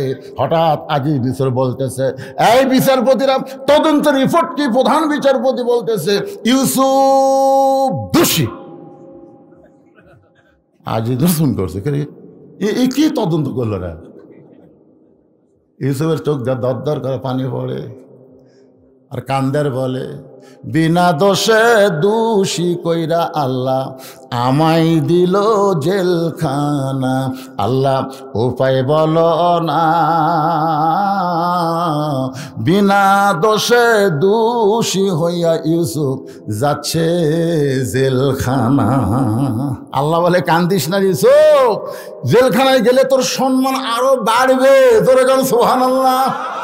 মাত্র 30 মাস জেলখানায় বন্দি থেকে আমির হামজা বার হয়েছে। এই 15 দিনে প্রায় 15,000 দাওয়াত তার কাছে গেছে। আগে আসলো 40,000, এখন কয় 1.5 লাখ। এখন কয় লাখ। এখন আপনারা বলেন দাম বাড়িয়েছে না কমিয়েছে? ভালো মানুষকে বিনা দোষে জেলখানায় বন্দি করলে তার সম্মান বাড়ে দেবে। 50 বছর কোরআনে তাফসির করেছে আমার কলিজার টুকরা হুজুর, সে জেলখানার মধ্যেই মারা গেল, হাসপাতালেই মরল, যেখানে মরছে। জোরে কোন কথা ঠিক কিনা? তাকে যদি একবার ময়দানে আসার সুযোগ দিত, জনগণ বুঝতো পাবলিক কারে কয়। ঠিকই তো, জনগণ বুঝবার পারতো পাবলিক কারে কয়। বাংলার এমন কোনো জায়গা ছিল না যেখানে জনগণের জায়গা দিবার পারতো। জোরে কোন কথা ঠিক কিনা? আপনারা বলেন তো, আগের আমির হামজা এখনকার আমির হামজা কি সমান? মাত্র 30 মাস জেল খাটছে। বিনা দোষে দোষী করে জেলখানা থুবা। যতই চেষ্টা করো তাদের দাম কমবে, বাড়বে কমবে না। তাদের দাম বাড়বে কিন্তু কমবে না। ইউসুফকে জেলখানায় রাখার পর আল্লাহ তাআলা দাম বাড়ে। এক সময় মিশরের খাদ্যমন্ত্রী, সেখান থেকে মিশরের প্রেসিডেন্ট। জোরে গান সুবহানাল্লাহ। যেই 10 জন ভাই কুয়ার মধ্যে ফেলে দিছিল, ওরা 10 জন আবার গেছে। ইউসুফ নবী তখন সিংহাসনে বসে আছে। সুবহানাল্লাহ। মাগরিবের 3 রাকাত নামাজ, আমি কেমনে সেটা বলার জন্য বলতেছি। সিংহাসনে বসে আছে ইউসুফ, আর ওরা 10 ভাই। জি, ওরা 10 ভাই চোখের পানি নিয়ে বলতেছে, জাহাপনা, আমরা কিন্তু সাধারণ ঘরের সন্তান না, আমরা হলো ইয়াকুব নবীর সন্তান। আমার কার সন্তান? ইউসুফ সুম করছে, ও রে, এরাই তো 10 জন। যেই কইছে ইয়াকুব নবীর সন্তান, তখন ইউসুফ বুঝতে পারছে এরাই তো রে, এরাই তো। আমি কান্দাকাটি করার পর হক ছাড়েনি, হাত পা বান্ধে কুয়ার মধ্যে ফেলে দিছে। এরা এই শালা 10টাই। মন বলতেছে লাগা, তোর হাতে এখন ক্ষমতা, তুই মিশরের প্রধানমন্ত্রী, তুই মিশরের প্রেসিডেন্ট, লাগা। ইমান বলতেছে 42 বছর আগেকার ঘটনা। এখন কি কথাটা বুঝতেছেন না? আল্লাহ কয়, কে রে ইউসুফ, এরা 10 জন যদি কুয়াত না ফেলাতো, তুই এই চেয়ারে বসে পারতি? আল্লাহ বলতে, রে ওরা যদি কুয়াত না ফেলাতো, তুই এই চেয়ারে বসে পারতি? তাহলে চেয়ার বসার জন্য ওরা তো সহযোগিতা করতে। পাগলা, রাগ করিস কেন? বিয়া করছে, বিয়া রাত্রি বইয়ের উপর সন্দেহ। এত সুন্দর বউ, প্রেম ছাড়া আসলো, সন্দেহ করে। কিন্তু এত সুন্দরী বউ প্রেম ছাড়া আসিল, বিয়ার আগে প্রেম করছে।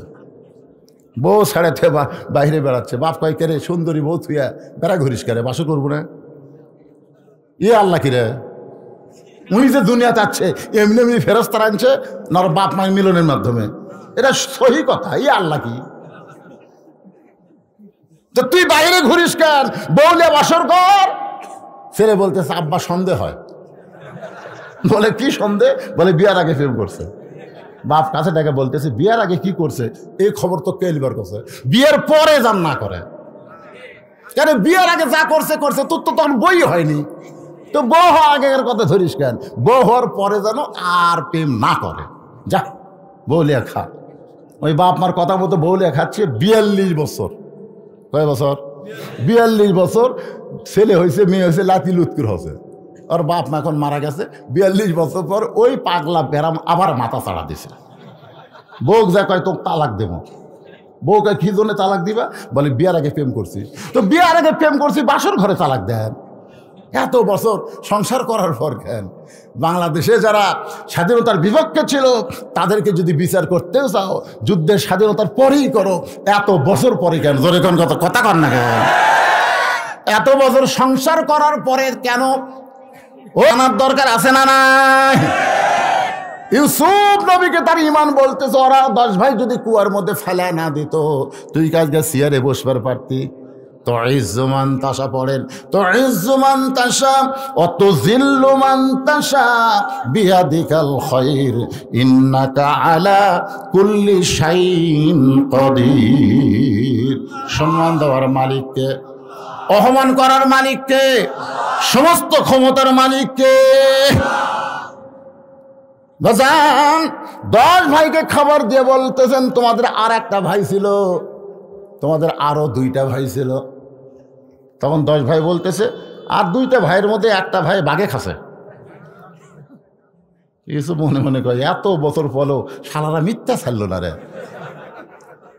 ওই 42 বছর আগেও যে মিথ্যা কথা কয় এখনো সেই মিথ্যা কথাই বলতেছে। কথা কর না কেন?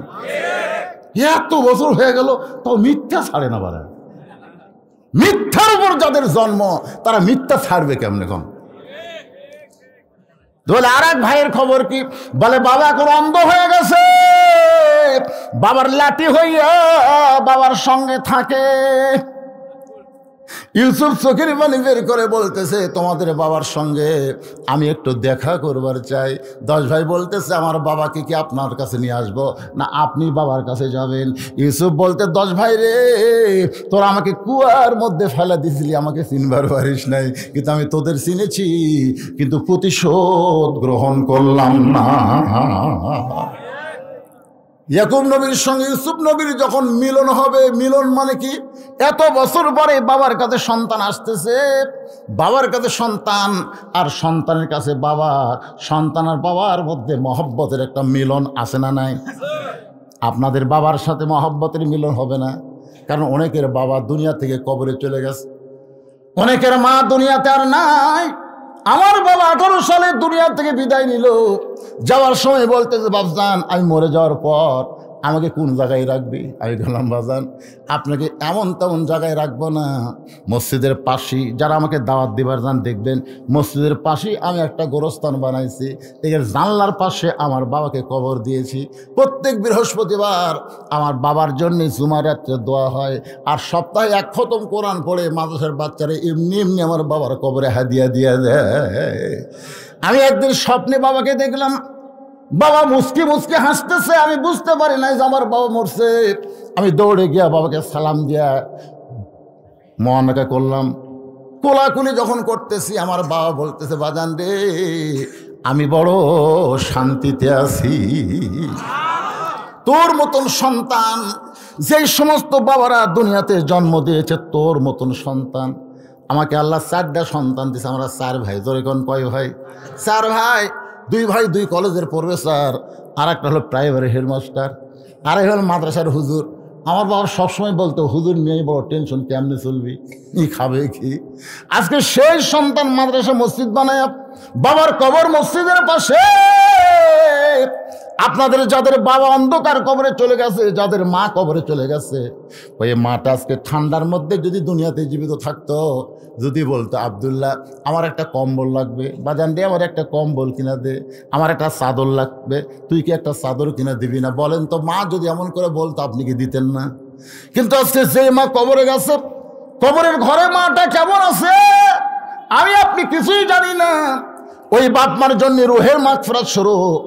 আজকে এই কোরআনের মাহফিলে গোরস্থানের উন্নয়ন কল্পে এমন কোন যোগ্য সন্তান আছে যে বাপ মার জন্য 10টা 1000 টাকা দান করবেন? এমন কোন যোগ্য সন্তান আছেন গো? এই মাহফিলের মধ্যে না দিবেন, বসে থাকবেন। 5 ওয়াক্ত নামাজ নিয়ে আলোচনা করতেছি, কবরে কি নিয়ে যাবেন ভাই? নামাজ ছাড়া কবরে যায় কোনো লাভ নাই। এই নামাজ নিয়ে আমরা আলোচনা শুনবো এবং ফজর থেকে আমরা বাকি জীবনে 1 ওয়াক্ত নামাজ আর বাদ দেব না। কারা কারা রাজি? 2 হাত তোলা, আল্লাহরা দেখান। ফজর থেকে কারা কারা হাত তোলে না? দেখেন তো, দেখেন তো, দেখেন তো, কে তুলতেছে না? টান টান করে হাত তোলো না কেন? কি হলো?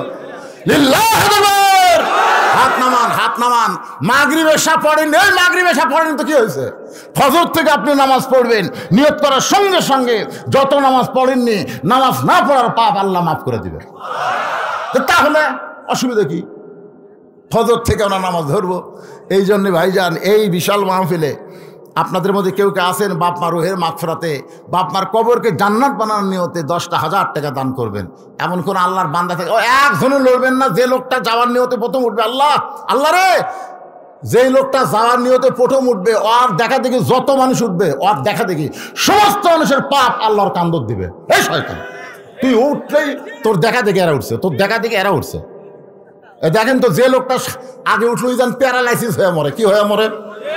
মরার আগে হাত চাবি পাও যাবি, তখন দেখবে ওটা ঠেলা কাক্কা, আর পারবি না, নিজের হাতে নিজের লাভার পারবি না। তখন এতক্ষণ ওঠেন নাই, যেই বলছি কিছু দান করে না দেন, বসে থাকেন। আপনি দেখেন এখানে এমন আল্লাহর পাগল ছেলে আছে, মায়ের জন্য বাবার জন্য আজকে গোরস্থানে উন্নয়ন করবে। গোরস্থানে একটু মাটি বায়না করে রাখ, কখন যেন আসতে পারে তোর মরণের ডাক। বাড়ি 3 তলা 4 তলা 5 তলা করে লাভ নাই, গোরস্থানকে সুন্দর করতে হবে। কুকুর বিড়াল যেন না ঢোকে, শিয়াল যেন না ঢোকে। গোরস্থানে চারিদিকে প্রাচীর দেওয়া দরকার, মানুষ যেন জানতে পারে এই জায়গায় মরা মানুষ বাসস্থান করতেছে, এটা যেন মানুষ জানতে পারে। মানুষ মরা মানুষের কবরস্থান দেখলে, যারা দুনিয়া থেকে বিদায় নিয়েছে তাদের কবরস্থান দেখলে নিজেকেও যাওয়া লাগবে, এই কথা বারবার মনে হবে। জোরে কোনো কথা ঠিক কিনা? যদি আজকে গোরস্থান না থাকতো, মানুষ মরার কথাই ভুলে যেত। যে চরিত্র মানুষের হচ্ছে, আপনাদের মধ্যে নাই 10,000 টাকা দেওয়ার মতন কেউ নাই? কেন এই গোরস্থান কমিটি সভাপতিকে, সভাপতি আগে দিছে, আদায় হয়ে গেছে, আবার খামা খাওয়াজ বাদ দিতে। এই যে একটা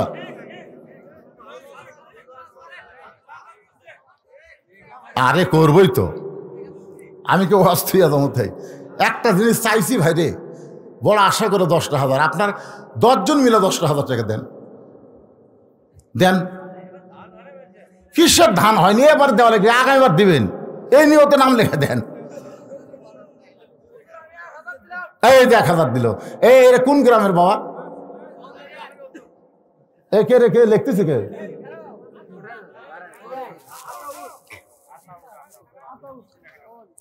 লিল্লাহি আকবার। আতাউর গোজারি 1,000 টাকা জোরে বলেন মারহাবা।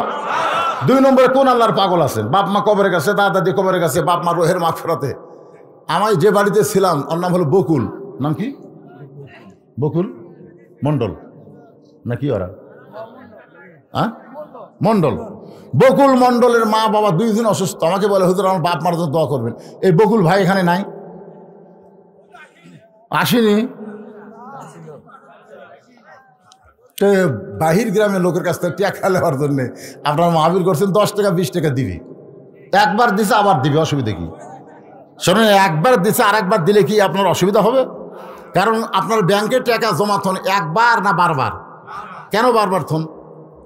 বেশি হবে। তার মানে বোঝেন, আপনি দুনিয়ার ব্যাংকে জমা থলে বেশি হবে, আর যে টাকাগুলো দান করতেছেন এই টাকাগুলো আল্লাহ জান্নাতের ব্যাংকে আপনার নামে অ্যাকাউন্ট করতেছে। তাহলে দুনিয়ার ব্যাংকের টাকা বেশি করে মরে গেলে কোনো লাভ নাই, বরং জান্নাতের ব্যাংকে আপনি টাকা বেশি জমা রাখেন, আপনার আখেরাতে আপনার কবরে আল্লাহ তাআলা এর জন্য কি দিবে? রহমত বরকত দান করবে। তো জান্নাতের ব্যাংকে জমা রাখার জন্য আবার আপনাদের মধ্যে ব্যাগ রুমাল যাবে, সবাই 10, 20, 50 টাকা 100 টাকা করে দিবেন। এরা যখন বলতেছে আদায় তেমন হয়নি, এই জন্য আবার ব্যাগ দিলাম। ভাই এই ব্যাগওয়ালা পার্টিরা তোমরা ভিতরে যাও, 5 মিনিটের মধ্যে আদায় কমপ্লিট করে আবার তোমরা ব্যাগগুলা টেজে জমা দিবা। দেন, সবাই দেন 10, 20, 50, 100 টাকা যে যা পারেন আল্লাহ রাস্তা দান করবেন। বাপ মা যাদের কবরে গেছে, বাপ মা রোহের মাগফিরাতে দান করবেন। 10 জন মানুষের কাছে 10,000 টাকা চাইছি, আমার এক ভাই 1,000 টাকা দিয়ে বসে আছে। আর কি কথা বলেন? দাও দাও, সবাই ব্যাগের মধ্যে দেন দেন দেন, সবাই দেন, বারবার দিবেন, বারবার দিবেন। শাহজাহান নামে আল্লাহ তোমার একজন বান্দা 1,000 টাকা করছে দান। আল্লাহ শাহজাহানের দানকে আল্লাহ আপনি কবুল করেন। আল্লাহ নেক নিয়ত নিকাশা পড়া করেন, আল্লাহুম্মা আমিন। আমার মা বোনেরা যারা পর্দার অন্তরে বসে বসে আর শুনতেছেন, মা ইসলামের জন্য দান করেছে, তিনি হলেন ফাতেমার মা খাদিজা, নবীর 1 নম্বর দরদের বিবি। সেই মা খাদিজা কিন্তু জান্নাতুল মুআল্লা, জান্নাতুল মাওয়ার মধ্যে শুয়ে আছে। মক্কা ঘরের সামান্য 1 কিলোমিটার দূরে মা খাদিজার কবর। ওই কবরের পাশে দাঁড়ালে বোঝা যাবে মক্কার সবচাইতে ধনবতী রমণী খাদিজা। ইসলামের জি কে 1,000? আব্দুর রাজ্জাক 1,000 টাকা দান করে হয়েছে। আপনারা করতেছেন কেন ভাই? মিন শারিল ওয়াসওয়াসিল খান্নাস, শয়তান আপনাকে ধোঁকা দিচ্ছে। শয়তানের ধোকায় পড়েন না, সবাই জিকির করেন লা ইলাহা ইল্লাল্লাহ, লা ইলাহা ইল্লাল্লাহ, লা ইলাহা ইল্লাল্লাহ, লা ইলাহা ইল্লাল্লাহ লা ইলাহা ইল্লাল্লাহ লা ইলাহা ইল্লাল্লাহ লা ইলাহা ইল্লাল্লাহ লা ইলাহা ইল্লাল্লাহ লা ইলাহা। আমি সভাপতি সাহেব 1000 টাকা দিলে হবে? আচ্ছা ঠিক আছে। কারণ হুজুর আমি গরিব মানুষ, 1000 টাকা দেবো। ওনার নাম লেখেন 1000 টাকা। আবু তালেব আজকের মাহফিলের সভাপতি সাহেব 1000। হ্যাঁ, আব্দুল খালেক, আবুল খালেক হবেন, আব্দুল খালেক 1000 টাকা দান করেছে। আল্লাহ তার দানকে কবুল করেন, ধরে করেন আমিন। ভাইজান যারা উঠে গেছে গেছে, যার ভাগ্য যার ইমান যেরকম, ধরে করেন ঠিক কিনা। এই ফাঁকা জায়গাটা আপনার পুরো করে বসেন তো, ফাঁকা জায়গাটা পুরো করে বসেন। আমি মাগরিবের পরে এশার পরে আসরের কথা আলোচনা করব। কে? আলমগীর হোসেন নগদে 500 টাকা টেজে করছে দান। এই যারা পিছনে বসে আছেন সামনের দিকে আসেন, যারা গেছে চলে গেছে, অসুবিধা নাই, আমরা এখনো কম নাই, অনেক আল্লাহর বান্দা আছি। 1000 সাহাবী নিয়ে নবী উহুদের ময়দানে রওনা দিয়েছিলেন, জোরে কোন ঠিক কিনা। রাস্তার মাঝখানে 700 জন আগে আউট। তা আমরা এরকম তো নবীর পিছনের জায়গায় যদি সরে যায় আর কোরআনের মাহফিল থেকে শয়তান সরাই নিবে না, এটা কেমনে ভাবছেন? কি নাম? মিলন নামে আল্লাহ তোমার একজন বান্ধব 2000 টাকা দান করবে। আল্লাহ মিলনের দানকে আল্লাহ আপনি কবুল করেন। আল্লাহ নেক নিয়ত নেক আশা পুরা আল্লাহুম্মা আমিন। কবুল করো, কবুল করো মোদের কামনা। দানকারীকে দিবেন জান্নাত, আল্লাহ নিরাশ। আপনারা ওয়াজ শুনবেন তো হইছে করলে হবে, যারা গেছে আর যারা আছে সমান। তো তাহলে আপনার ভদ্র, আপনারা হচ্ছেন তাকওয়াবান, আপনারা হচ্ছেন মুত্তাকি। আল্লাহ কোরআন বলেছেন হুদাল্লিল মুত্তাকিন। হেদায়েত নিতে গেলে, কোরআন থেকে হেদায়েত নিতে গেলে মুত্তাকি হওয়া লাগবে। যারা গেছে ওরা তো মুত্তাকি না, আপনারা হলেন মুত্তাকি। মুত্তাকি মানে হইছে করলে হবে না। সুন্দর পরিবেশে আপনারা বসেন, আমি বাকি আলোচনা করে তারপর মোনাজাত করব। আব্দুল লতিফ, আল্লাহ 500 টাকা দান করেছে। আব্দুল লতিফের দানকে কবুল করেন কে? মাহবুবুর রহমান 1000 টাকা দান করেছে। আল্লাহ তার দান কবুল করেন। আল্লাহ নেক নিয়ত নেক আশা পুরা আল্লাহুম্মা আমিন। এ দুনিয়া রবে না কো চিরকাল, একদিন ভাঙবে রে বাজার। ইয়াকুব এবং ইউসুফ আলাইহিস সালাম যখন একত্র হলেন, ইয়াকুব নবী দুই কানা, আমার দিকে তাকান ভাইজান, দুই কানা হাত বাড়ায় দিছে, দুই কানা হাত বাড়ায় দিছে। ইউসুফ আসতেছে। এতদিন পরে বাবার বুকের মধ্যে যখন সন্তান ঢুকবে, বাবা সন্তানকে বুকের মধ্যে চাইবা ধরবে। আপনার বলেন তো শান্তি কেমন হবে? কথা কয় না। এত বছর পর যেই সন্তান হারায় গেছিল, এখন মিশরের প্রেসিডেন্ট হয়ে বাবার বুকের মধ্যে আসতেছে, বাবার কলিজা কেমন শান্তি পাবে। ইয়াকুব যখন দুই কানা হাত বাড়ায় সন্তানের দিকে বাড়ায় দেয়, এমন সময় আল্লাহ বলেন ইন্নামা আমওয়ালুকুম ওয়া আওলাদুকুম ফিতনা। ইয়াকুব রে, সম্পদ আর সন্তান হলো বিপদের কারণ। এত বছর পরে আমি তোমার সন্তান তোমাকে ফিরাই দিলাম, তুমি আমার শুকরিয়া না করে তোমার সন্তানকে বুকের মধ্যে নিবার চাও। আমি আল্লাহ বেজার না, বেজার না। তুমি বাবা হইয়া, তুমি এখন নবী নাই, তুমি হইছো বাবা। জোরে কোন কি? তুমি বাবা হইয়া তোমার সন্তানকে বুকের মধ্যে নিবা, আমি আল্লাহ বেজার না। কিন্তু তুমি যদি নবী হও তাহলে সন্তানকে বুকে নেওয়ার আগে আমার শুকরিয়া আদায় করো। ইয়াকুব আলাইহিস সালাম ইউসুফকে বুকের মধ্যে না নিয়ে শুকরিয়া তার এক নিয়তে 3 রাকাত নামাজ আদায় করে। ওই 3 রাকাত নামাজ আল্লাহর কাছে এতই পছন্দ, নিজের সন্তানকে বুকে না নিয়ে আল্লাহকে শুকরিয়া তার নামাজ হয়ে সেজদা দিল।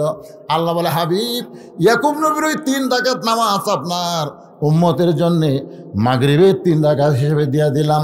আপনার উম্মতেরা মাগরিবের 3 রাকাত নামাজ যখন জামাত আদায় করবে, ইয়াকুব আর ইউসুফ নবীর সম পরিমাণ সওয়াব আমি আল্লাহ তাদের আমল নামায় দিয়া দিব। সাহাবীরা বললেন ইয়া রাসূলুল্লাহ, এশার 4 রাকাত ফরজ আদায় করলে, এশার 4 রাকাত ফরজ আদায় করলে আপনি কেমন খুশি? আপনি বলেন তো, রাতের সর্বশেষ নামাজ কি? এশার নামাজ। এশার নামাজ পর্যন্ত আল্লাহ অপেক্ষা করে।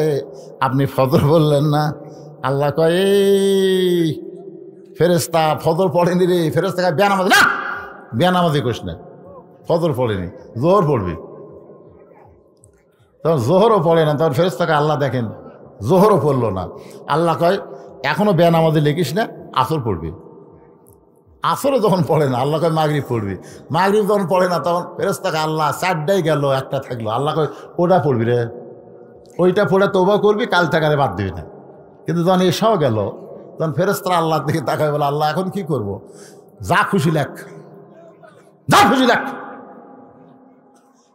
ফেরেশতাকে আল্লাহ তুমি তোমার বান্দাকে এত ভালোবাসলে কি হবে? তোমার বান্দাটা তোমাকে ভালোবাসে না তো। যদি ভালোবাসতো দুনিয়া ত্যাগ করে সে তোমাকে রুকু সেজদা করতো। জোরে কোন কথা ঠিক কিনা? তোমাকে ভালো তাহলে ভালোবাসলে হবে? এক পক্ষে ভালোবাসাতে কাম হয়?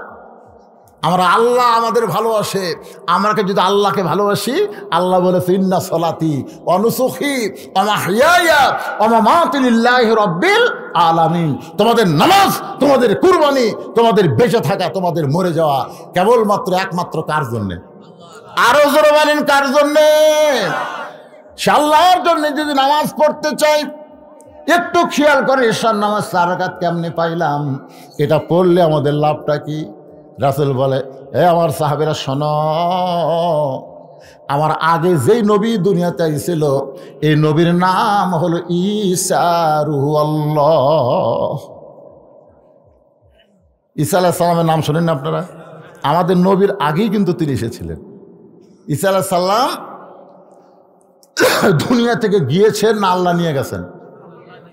মানে এমন জায়গায় গেছে যেটি নিজে যাওয়া যাবে না আল্লাহ না নিয়ে গেলে। ইহুদিরা, এই যে শালা ইহুদিরা বাইতুল মুকাদ্দাস ধ্বংস করে বসাচ্ছে, ওই শালারাই, ওই শালারা। ইহুদি কিন্তু সর্বসময় নবীদের শত্রু, মুসলমানের শত্রু সব সময়। ইহুদিরা হচ্ছেন একের ঘেরাও করছে, ঈসা আলাইহিস সালামের বাড়ি ঘেরাও করছে, ঘেরাও করে করছে পলাবি কোন দিক দিয়ে রে, পলাবি কোন দিক দিয়া তোকে আমরা হত্যা করব। ঈসা আলাইহিস সালাম ঘরের মধ্যে গিয়ে বলে আল্লাহ বাইরে যেইভাবে ফলা বর্ষা নিয়ে ওরা ঘুরতেছে, আমি বের হলি ওরা হত্যা করবে। আল্লাহ বলে ঈসা কোনো টেনশন করো না, তোমাকে বের হওয়া লাগবে না। ঈসা বলে আল্লাহ বের যদি না হয় তাহলে কোথায় যাব? আল্লাহ বলে দরজা বন্ধ, ঘরের তালা ফাঁক করে তোমাকে আসমানে নিয়ে আসব। ঘরের দরজা কি বন্ধ, মানে দরজা দিয়ে তো বার হওয়া লাগবে না, ওপর দিয়ে। ঈসা আলাইহিস সালামকে আল্লাহ নিয়ে গেছে। ইহুদির মধ্যে যাই সবচেয়ে বড় বীর কয় না রে, এতক্ষণ খালি এই বাড়ি পড়াতে আমাকে কি হবে? দরজা ভাঙ। খুব মশানলে দরজা ভাঙ্গা ভিতরে গেছে। ঈসা রে, কে রে ঈসা, পলাইলি কোথায়? হ্যাঁ, আল্লাহ তাআলা যে বেটা আগে ঢুকছে ওর চেহারা আবার ঈসা আলাইহিস সালামের মতো করে দিছে। ধরে ঘর সুবহানাল্লাহ। ওই বারে আসা বলতেছে ভাই বহু খোঁজাখুঁজি করলাম, ঈসা নাই। অন্য ইহুদের বলতেছে তাহলে তুই কে? কে রে? আমি তোরকে ভাই রে, মার। ওই অবস্থায় মারা শুরু করছে। খ্রিস্টানরা মনে করতেছে ঈসা নবীকে মারছে, আসলে আল্লাহ ঈসাকে মারেনি। ঈসা এখন চতুর্থ আসমানে আরাম করতেছে। জয়গান সমান কর সমান।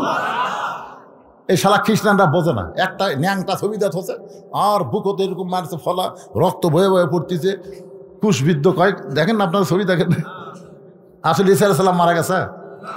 লাইলাতুল মেরাজে আমাদের নবীকে আল্লাহ তাআলা ইমামুল আম্বিয়া, ইমাম মুরসালিন ডিগ্রি দিলেন। ফেরেশতা জিবরাইল বলে ইয়া রাসূলুল্লাহ, আপনার পিছনে যারা নামাজ পড়ল আপনি তাদের চিনেন? রাসূল বলে এই জগতের কাউরে চিনি না ভাই। বলে সমস্ত নবী রাসূল আজকে আপনার পিছনে ইক্তেদা করছে, আজ থেকে আপনি ইমামুল আম্বিয়া, ইমামুল মুরসালিন ডিগ্রি পেলেন। নবী বলতেছে জিবরাইল আমি একটু সবাইকে এক নজর দেখতে চাই। আল্লাহ নবীকে একটা টুল এনে দেওয়া হলো বাইতুল মুকাদ্দাস, যে বাইতুল মুকাদ্দাস ইহুদিরা দখল করতে চায়। ওই বাইতুল মুকাদ্দাস সমস্ত নবী রাসূলকে নিয়ে আমাদের নবী ইমামতি করেছে। জোরে কর সুবহানাল্লাহ। আল্লাহ রাসূল বলেছে কাবা ঘর আল্লাহর ঘর, বাইতুল মুকাদ্দাস আল্লাহর ঘর। কিন্তু কাবা ঘরের মধ্যে সমস্ত নবী আসতে পারে নাই, কিন্তু বাইতুল মুকাদ্দাসের ভিতরে সমস্ত নবী প্রবেশ করেছে। জোরে কর সুবহানাল্লাহ। ফজিলতের দিক দিয়ে বাইতুল মুকাদ্দাস কিন্তু কম না। সুবহানাল্লাযী আসরা বিআবদিহি লাইলাম মিনাল মাসজিদিল হারাম ইলাল মাসজিদিল আকসা। কোরআনের মধ্যে বাইতুল মুকাদ্দাস আছে না নাই? জোরে করে আছে না নাই? একটু খেয়াল করবেন, চতুর্থ আসমানে ঈসা আলাইহিস সালামকে আল্লাহ যখন নিয়ে গেলেন, ঈসা বলতেছে আল্লাহ দুনিয়াতে মানুষ যায় মরার জন্যে। মারাত্মক কথা, দুনিয়াতে মানুষ যায় বাঁচার জন্য না মরার জন্য। এ আপনার সত্য কথা কন না কেন? দুনিয়াতে মানুষ যায় কিসের জন্যে? আরো জোরে, যতই চেষ্টা করেন আপনি বাঁচতে পারবেন না, আপনাকে মহারা লাগবে। খুব চেষ্টা করতেছেন, যতই চেষ্টা করেন বাঁচতে পারবেন না। যতই চেষ্টা করেন বাঁচা যাবে? প্রত্যেক দিন ওই যে আব্দুল আলিম কইছে, মিশে মায়ায় বন্দি থাইকা করলাম কত খেলা, পশ্চিমে তাকিয়া দেখো তোমার ডুইবা গেল বেলা। এক পলকের নাই ভরসা, এক পলকের নাই ভরসা, মিশে সকল আশা, কখন বুঝি দারুণ ঝড়ে ভাঙবে তোমার বাসা। বাজান একটু মনোযোগ দেন। ঈসা বলতেছে আল্লাহ দুনিয়াতে মানুষ যায় মরার জন্যে, কিন্তু আমার যে মৃত্যু হলো না, আল্লাহ বলতেছে তোমারও মৃত্যু হবে। শুধু একজনই মরবে না। আপনার বলেন তো তিনি কে? কথা কয় না, জোরে কয় না। আপনার বলেন তো এই সময় কি ফেরেশতারা গেছে নাকি? এখানে ফেরেশতা আছে না নাই? আপনার কান্দে ফেরেশতা আছে না নাই? সবাই মৃত্যুবরণ করবে, কিন্তু একজনই মরবে না। তিনি কে? তিনি হলেন আমাদের আল্লাহ। কুল্লু মান আলাইহা ফানিউ ওয়া বাকা ওয়াজহু রাব্বিকা যুল জালালি ওয়াল ইকরাম। আল্লাহ বলে ঈসা তোমার মৃত্যু হবে। এমনকি যে আজরাইল আমাদের জান কবজ করে, সে আজরাইল পর্যন্ত মরবে। আপনাদের কি মনে হয় আজরাইল মরবি না? ও কিন্তু মরবে। ঈসা বলতেছে আল্লাহ তাহলে আমার মৃত্যু কোথায় হবে? আল্লাহ বলে কোথায় মনে করো? ঈসা বলতেছে আল্লাহ চতুর্থ আসমানে কি আমার মৃত্যু হবে? আল্লাহ বলে ঈসা রে, চতুর্থ আসমানে তোমার মৃত্যু হবে না, তোমার মৃত্যু হবে দুনিয়ায়। আল্লাহ বলে, ঈসা বলে আল্লাহ আবার কবে নবী করে দুনিয়াতে প্রেরণ করবেন? আল্লাহ বলে নবী করে না, বিশ্ব নবীর উম্মত করে তোমাকে প্রেরণ করব। যেই কইছে কোন নবীর উম্মত, সাথে সাথে সাল্লাম শুকরিয়া তার 4 রাকাত নামাজ পড়ে। আল্লাহ বলে ঈসা বিশ্ব নবীর উম্মতের কথা শুনে 4 রাকাত নামাজ পড়লা কেন? বলে আল্লাহ নবী হয়ে আমি যে খুশি হইনি, বিশ্ব নবীর উম্মতের কথা শুনে 100 কোটি গুণ বেশি খুশি। এই জন্য শুকরিয়া তান 4 রাকাত নামাজ পড়লাম। আল্লাহ কয় হাবিব ঈসা নবীর ওই চতুর্থ আসমানি 4 রাকাত নামাজ আমি ব্যথা দিব না, আপনার উম্মতের জন্য এশার 4 রাকাত নামাজ হিসেবে দিয়ে দিলাম। জামাতের সঙ্গে আদায় করলে ঈসা নবীর সমপরিমাণ সওয়াব আল্লাহ আমি দান করে দেব। এখন আপনারা বলেন আজকে নামাজের ওয়াজ শুনে কোনটা বাদ দিবেন? বাদ দেওয়ার আসন আছে? খালি নামাজ ধরেন, কবরে যে 1 নম্বর প্রশ্নের উত্তর আপনি দেওয়া লাগবে না, নামাজে উত্তর দিবি। রাসূল বলেছে 1 নম্বর উত্তর যারা পারবে, 2 নম্বর 3 নম্বর তাদের কাছে পানির মতন সোজা হয়ে যাবে। ধরে কেন সুবহানাল্লাহ। তাহলে কবরে 3টা প্রশ্নের উত্তর যদি দেয়, আল্লাহ রাসূল বলেছেন তার কবর থাকবে না, তার কবর থেকে হয় জান্নাতে নিয়ে যাওয়া হবে, না হয় তার কবরকেই জান্নাতের বাগান বানানো হবে। এখন আপনারা বলেন সেই নামাজ নিয়ে আমরা কবরে যাবার চাই? রাজি? নামাজ পড়া অবস্থায় যদি মৃত্যু হয়, আবার হয়তো দেখেন আপনি জোহরের নামাজ পড়ছেন, আসর আগে মারা গেলেন, যদি মরে যান, আর যদি বুড়া বয়সে অসুস্থ হয়ে মরে যান, যৌবনের নামাজ আপনাকে এমন কাম দিবে, সরকারি চাকরি যেরকম যৌবন বয়সে হয়, বুড়া বয়সে বসে বসে পেনশন খায়। ধরে এখন কথা ঠিক কিনা? আপনি যৌবনে যদি 5 ওয়াক্ত নামাজ জামাতে পড়ে, বুড়া বয়সে যদি জামাতে নামাজ পড়ে না পারেন, ঠিক মতো নামাজই না পড়তে পারেন, আল্লাহকে যৌবনের বয়সের নামাজের পেনশন তো মরা ফোন থাকে সব দেবো। সরকার দিবার পারে, আমি আল্লাহ পারি না। কিন্তু যৌবনে যদি নামাজ বাদ দিয়ে ওই বুড়া বয়সে ধরেন, হবে? এখন তো 2-1টা বুড়া যায় আর খাড়া হওয়ার পারে না, চেয়ারে বসতে কাম সারে। ধরে কোন কথা ঠিক কিনা? তাই আসুন ভাইজান, যে কোনো মুহূর্তে আমাদের মৃত্যু হবে, কবরে যাওয়াই লাগবে। খালি খালি কবরে না নিয়ে যাই, আমরা নামাজ নিয়ে যেন কবরে যাইতে পারি। আল্লাহ আমাদের সকলের জন্য কবুল করুক, সকলে বলে আমিন। আসরের ওইখানে আমি বলেছিলাম, তারপরে যখন শুনতে চান শোনেন। অল্প সময়ের মধ্যে বলতেছি, আসরের 4 রাকাত নামাজ আমরা মুসা আলাইহিস সালামের মাধ্যমে পাইছি। কিভাবে পাইলাম একটু খেয়াল করেন। মুসা আলাইহিস সালাম ফেরাউনকে কলেমার দাওয়াত দিল, কিন্তু ফেরাউন কলেমার দাওয়াতকে গ্রহণ করলো না, বরং মুসা নবীকে আক্রমণ করলো। ফেরাউন তার দলবল নিয়ে মুসা নবীকে যখন আক্রমণ করে, মুসা নবী তখন বলে আল্লাহ, ফেরাউন যে আমাকে আক্রমণ করতেছে, আমাকে হত্যা করতেছে, আমি কি করব? আল্লাহকে খাড়াই থাকি, দৌড় দে। তো মুসা আলাইহিস সালাম দৌড়ানো শুরু করছে। কিছুদূর পরে বলতেছে আল্লাহ, এই ফেরাউনের ভয়ে দল বলের ভয় আমি যদি নবী হয়ে সামনে দৌড়াই জনগণ কবি কি? ফেরাউন ধাবড়াচ্ছে, মুসা দৌড়াচ্ছে।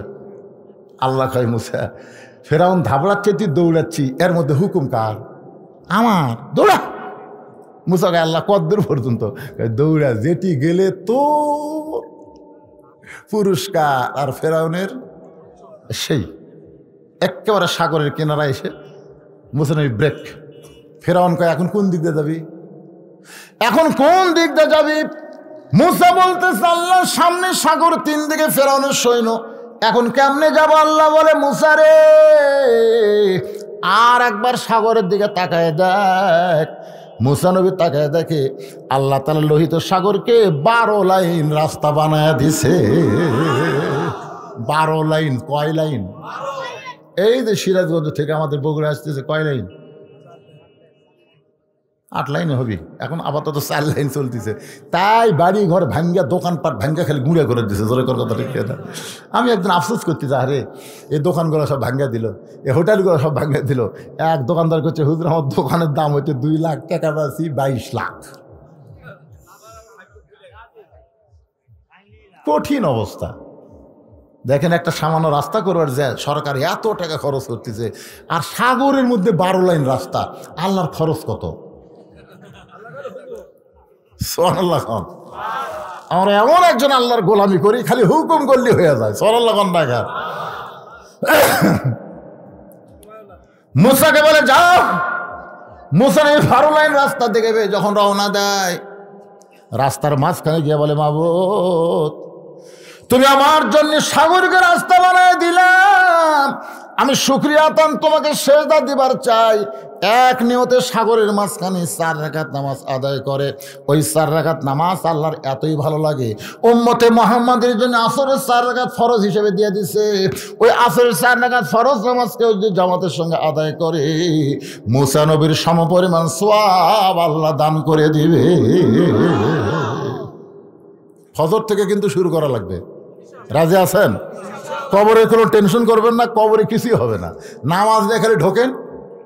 আপনি জানাজা যদি নাও দেয়, জানাজা লাগবে না, কারণ নামাজে আপনাকে জান্নাতের দরজা পর্যন্ত হয়ে আসবি, তাহলে তো ঢোকা বাকি, ওটাও কি ঢুকে দেওয়া লাগবি? তখন নামাজি বলে তুই কি মনে করিস নামাজ? আপনার বল নাই। ইতিমধ্যেই বুঝলেন জান্নাতের দরজার দিকে নামাজিরা তাকাবে। তাকে হয় রে একের জান্নাত বাড়ে, খট্টস করে বসে গেছে। আল্লাহ বলতেছেন অসিকাল্লাযীনা তাকাউ রাব্বাহুম ইলাল জান্নাতি যুমারা। এই ফেরেশতারা, এই যারা বসলো তুলে মার ধাক্কা।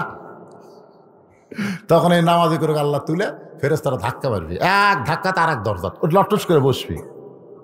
কে ভাই বসলো কে জান? এই পাগলা, তোমাদেরকে বরণ করার জন্য আল্লাহ 70,000 দরজা বানাছে।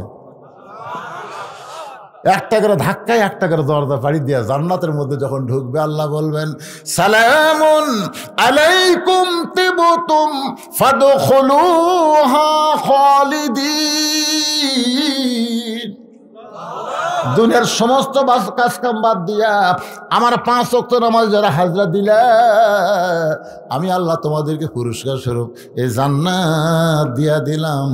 একবার প্রবেশ করো, ফাদখুলুহা, খালি একবার ঢোকো, খালিদিন, চিরস্থায়ী তোমাদেরকে জান্নাত দেওয়া হলো। সেই জান্নাতে যাওয়ার আশা যদি থাকে, ফজর থেকে আমরা শুরু করবো ইনশাআল্লাহ। আল্লাহ কবুল করুক।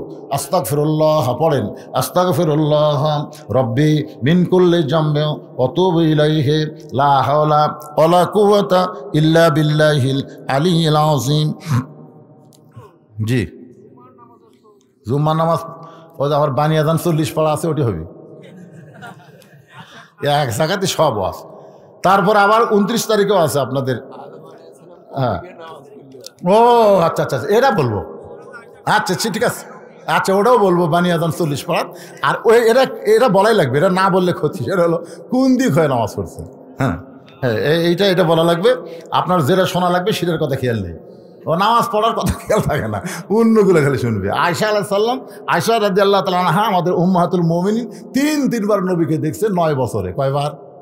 তো নবী কি আর স্বামী কি, এই জিনিসটা আমি আপনাদের শোনাও, বিশাল ফ্যাক্টর।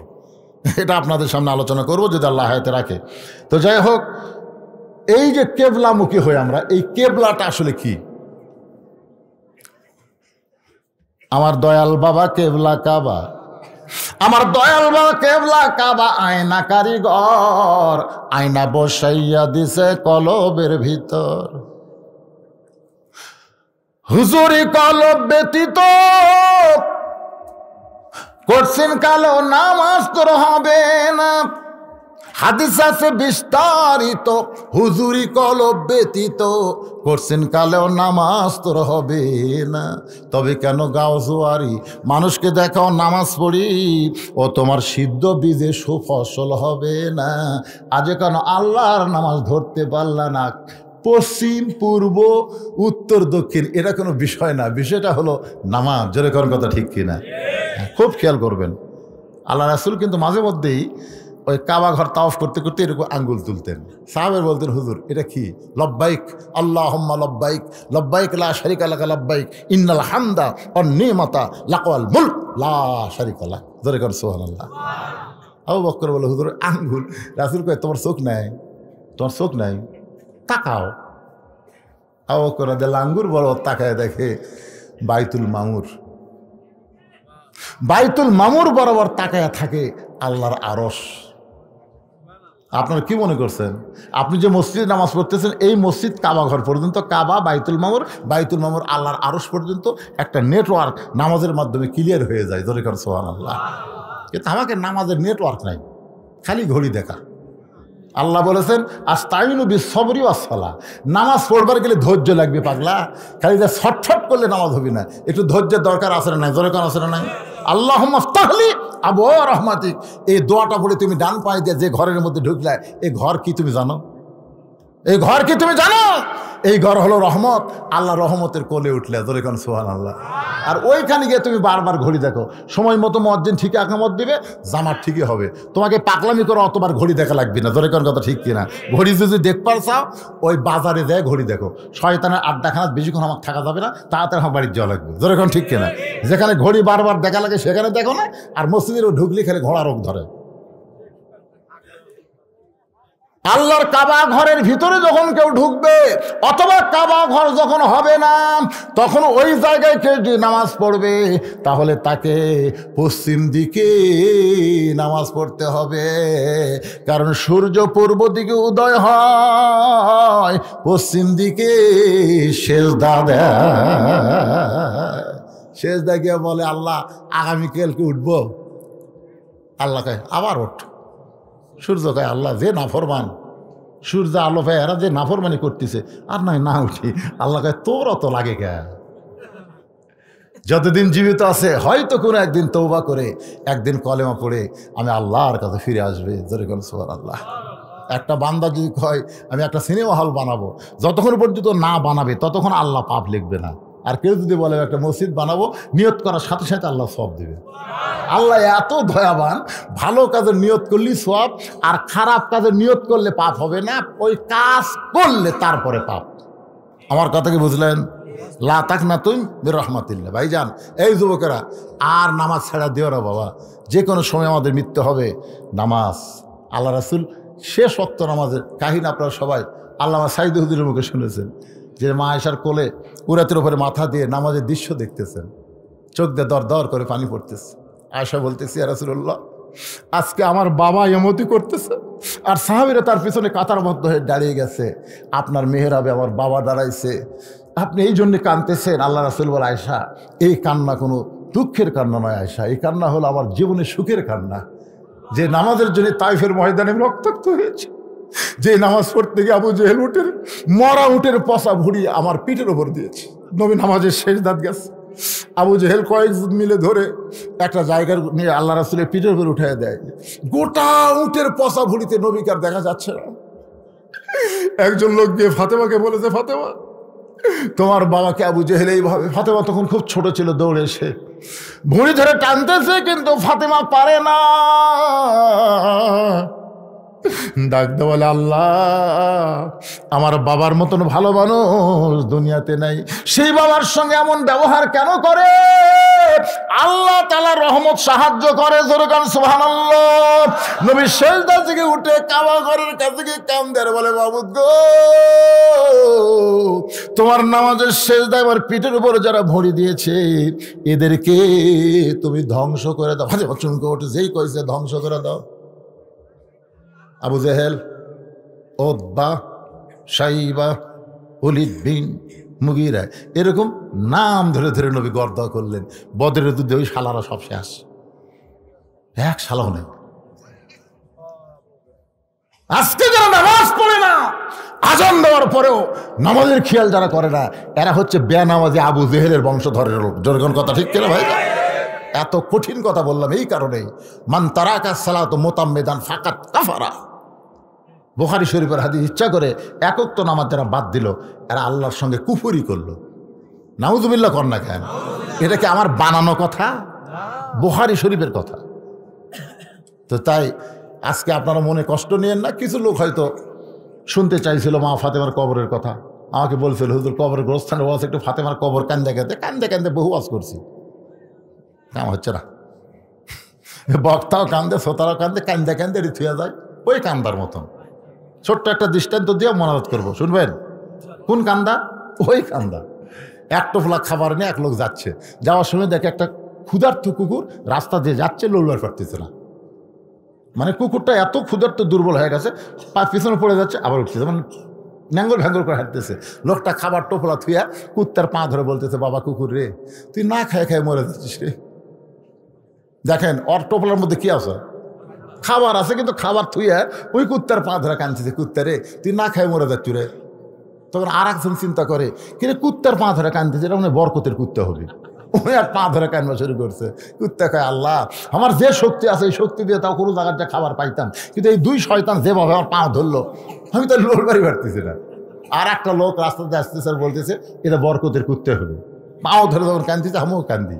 ওই এক পাও ধরে কাঁদতেছে, আর এক লোক আসতেছে বলতেছে, জাগরি একটা পাও এখনো বাকি আছে।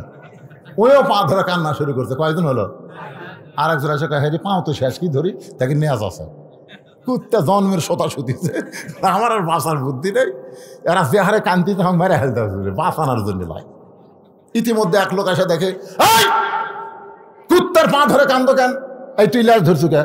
আমার আগে এরা চারজন ধরছে, আমিও ধরছে। কি জন্যে? ও এরা ধরছে, আমিও ধরছে। তুই কারো পা ধরলি? আমার আগে তিনটা ধরছে। ছাড়। সর্বোত্তম যে ধরছে তাকে বলছে, ভাই তুই তো এই ধরার কাম শুরু করলি, কারণ কি? বলে কুত্তা না খায় মরে যাচ্ছে, তোর জগৎ পড়ে না? তোর না খায় মরতেছে, কানতেছিস, টোপলার মধ্যে কি?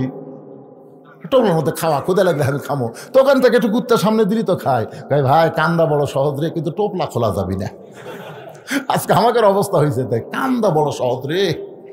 ফাতেমার কথা কয়, আয়সার কথা কয়, হাদিজার কথা কয়, জীবনে বহু কান্দালাম, কিন্তু টোপলা খুলবি কানমো। অরিজিনাল কান্না নামাজের ভিতরে আমরা কাঁদবো। তাহাজ্জুদের সময়, নামাজের সময়, ইয়্যাকা না'বুদু ওয়া ইয়্যাকা নাস্তাঈন ইহদিনাস সিরাতাল মুস্তাকিম, কানবেন ইহদিনাস সিরাতাল মুস্তাকিম সিরাতাল লাযীনা আন'আমতা আলাইহিম গায়রিল মাগদুবি আলাইহিম ওয়ালাদ-দাল্লিন, আমিন। ওই জায়গায় আপনি কানবেন। মদিনা তো কান্না দেখছি, মক্কা তো কান্না দেখছি। ওরা নামাজের ভিতরে কান্দে, নামাজের বেড়া কান্দে না। কারণ নামাজের মধ্যে কান্নার সাথে সাথে চোখের পানি আল্লাহর দরবারে কবুল হয়। কানবেন, সবাই কানবেন। আল্লাহ সবাইকে তৌফিক দেখ। আল্লাহুম্মা আমিন। আল্লাহুম্মা আনতাস সালাম ওয়া মিনকাস সালাম তাবারাকতা ইয়া যাল জালালি ওয়াল ইকরাম। আয় আল্লাহ তাআলা, অনেক দিন পর ধুনুটির মধ্যে ঢুকে আল্লাহ ঘন্টার পর ঘন্টা তোমার কবরের পাথেও নামাজকে নিয়ে আলোচনা করেছে। আল্লাহ মেহেরবানি করে আজকের আলোচনা বক্তার শ্রোতা সকলের হেদায়েতের জন্য কবুল করে নেন। কঠিন তীব্র শীত, কঠিন শীতকে উপেক্ষা করে আরামের বাড়ি, আরামের ঘর, আরামের বিছনা বালিশকে, ল্যাপ তোষকের মহব্বতকে উপেক্ষা করে এই খেড়ের মধ্যে বসে বসে তোমার যেই পাগলেরা ঘন্টার পর ঘন্টা ওয়াজ শুনল, আল্লাহ আজকের আলোচনা সকলের জন্য হেদায়েতের মালা হিসাবে কবুল করে না। আল্লাহ যারা কষ্ট করে মেহনত করে, অতি অল্প দিনের মধ্যে হাজার হাজার টাকা খরচ করে এই জান্নাতের বাগান লাগাইছে তোমার গোরস্থান উন্নয়ন কল্পে, আল্লাহ মেহেরবানি করে তাদের চেষ্টা সাধনাকে কবুল করো। আল্লাহ তাদের সকলকেই রহমত বরকতে কবুল করে নাও। আল্লাহ যেই বাড়িতে আজকে মেহমান হয়েছিলাম, আল্লাহ তার বাপ মা জীবিত আছে, দোয়া করি তার বাপ মা বড় অসুস্থ, সুস্থতার নিয়ামত দান করো। আয় আল্লাহ, আমরা যারা হাত তুলেছি আমাদের মধ্যে অনেকের জনম দখনি মা কবরে চলে গেছে। ছোট্ট একটা শব্দ হলো মা। এই নামের মধ্যে কি মধু, যাদের মা নাই তারাই বুঝতেছে। এই দরদের মা যাদের কবরে গেছে, আল্লাহ মেহেরবানি করে মায়ের কবরটাকে জান্নাতের টুকরা বানায়া দাও।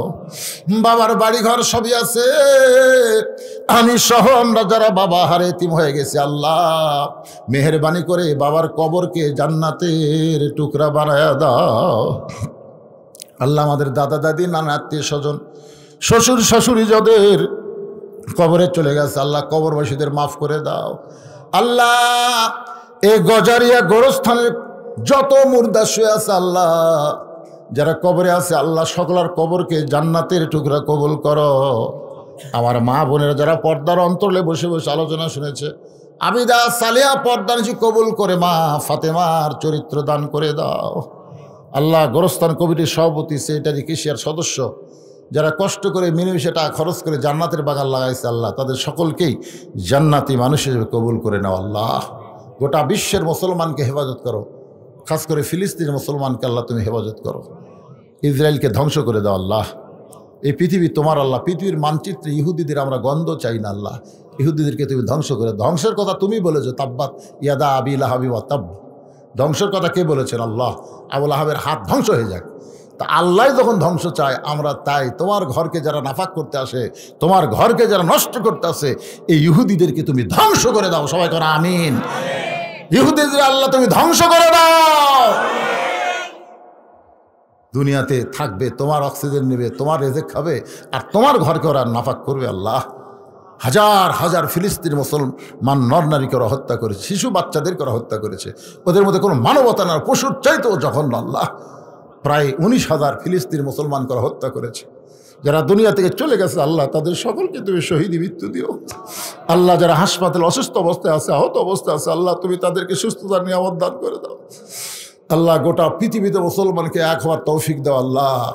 আর বাংলাদেশের প্রতি রহম করো আল্লাহ, আর বাংলাদেশের প্রতি খাস রহমত করো আল্লাহ। খাস করে অত্র এলাকার প্রতি তুমি রহমত বরকতের দরজা খুলে দাও আল্লাহ।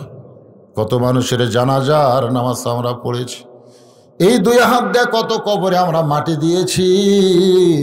একদিন আমরা মরে যাব, যেদিন আমাদের মৃত্যু হবে দিনটা যেন জুমার দিন হয়, মাসটা যেন রমজান মাস হয়। ইমানের সাথে ইজ্জতের সাথে এই দুনিয়া থেকে বিদায় নেওয়ার কালে আমাদের জবানে জারি করে দিও লা ইলাহা ইল্লাল্লাহু মুহাম্মাদুর রাসূলুল্লাহ সাল্লাল্লাহু আলাইহি ওয়াসাল্লাম। আসসালামু আলাইকুম ওয়া রাহমাতুল্লাহি ওয়া বারাকাতুহু।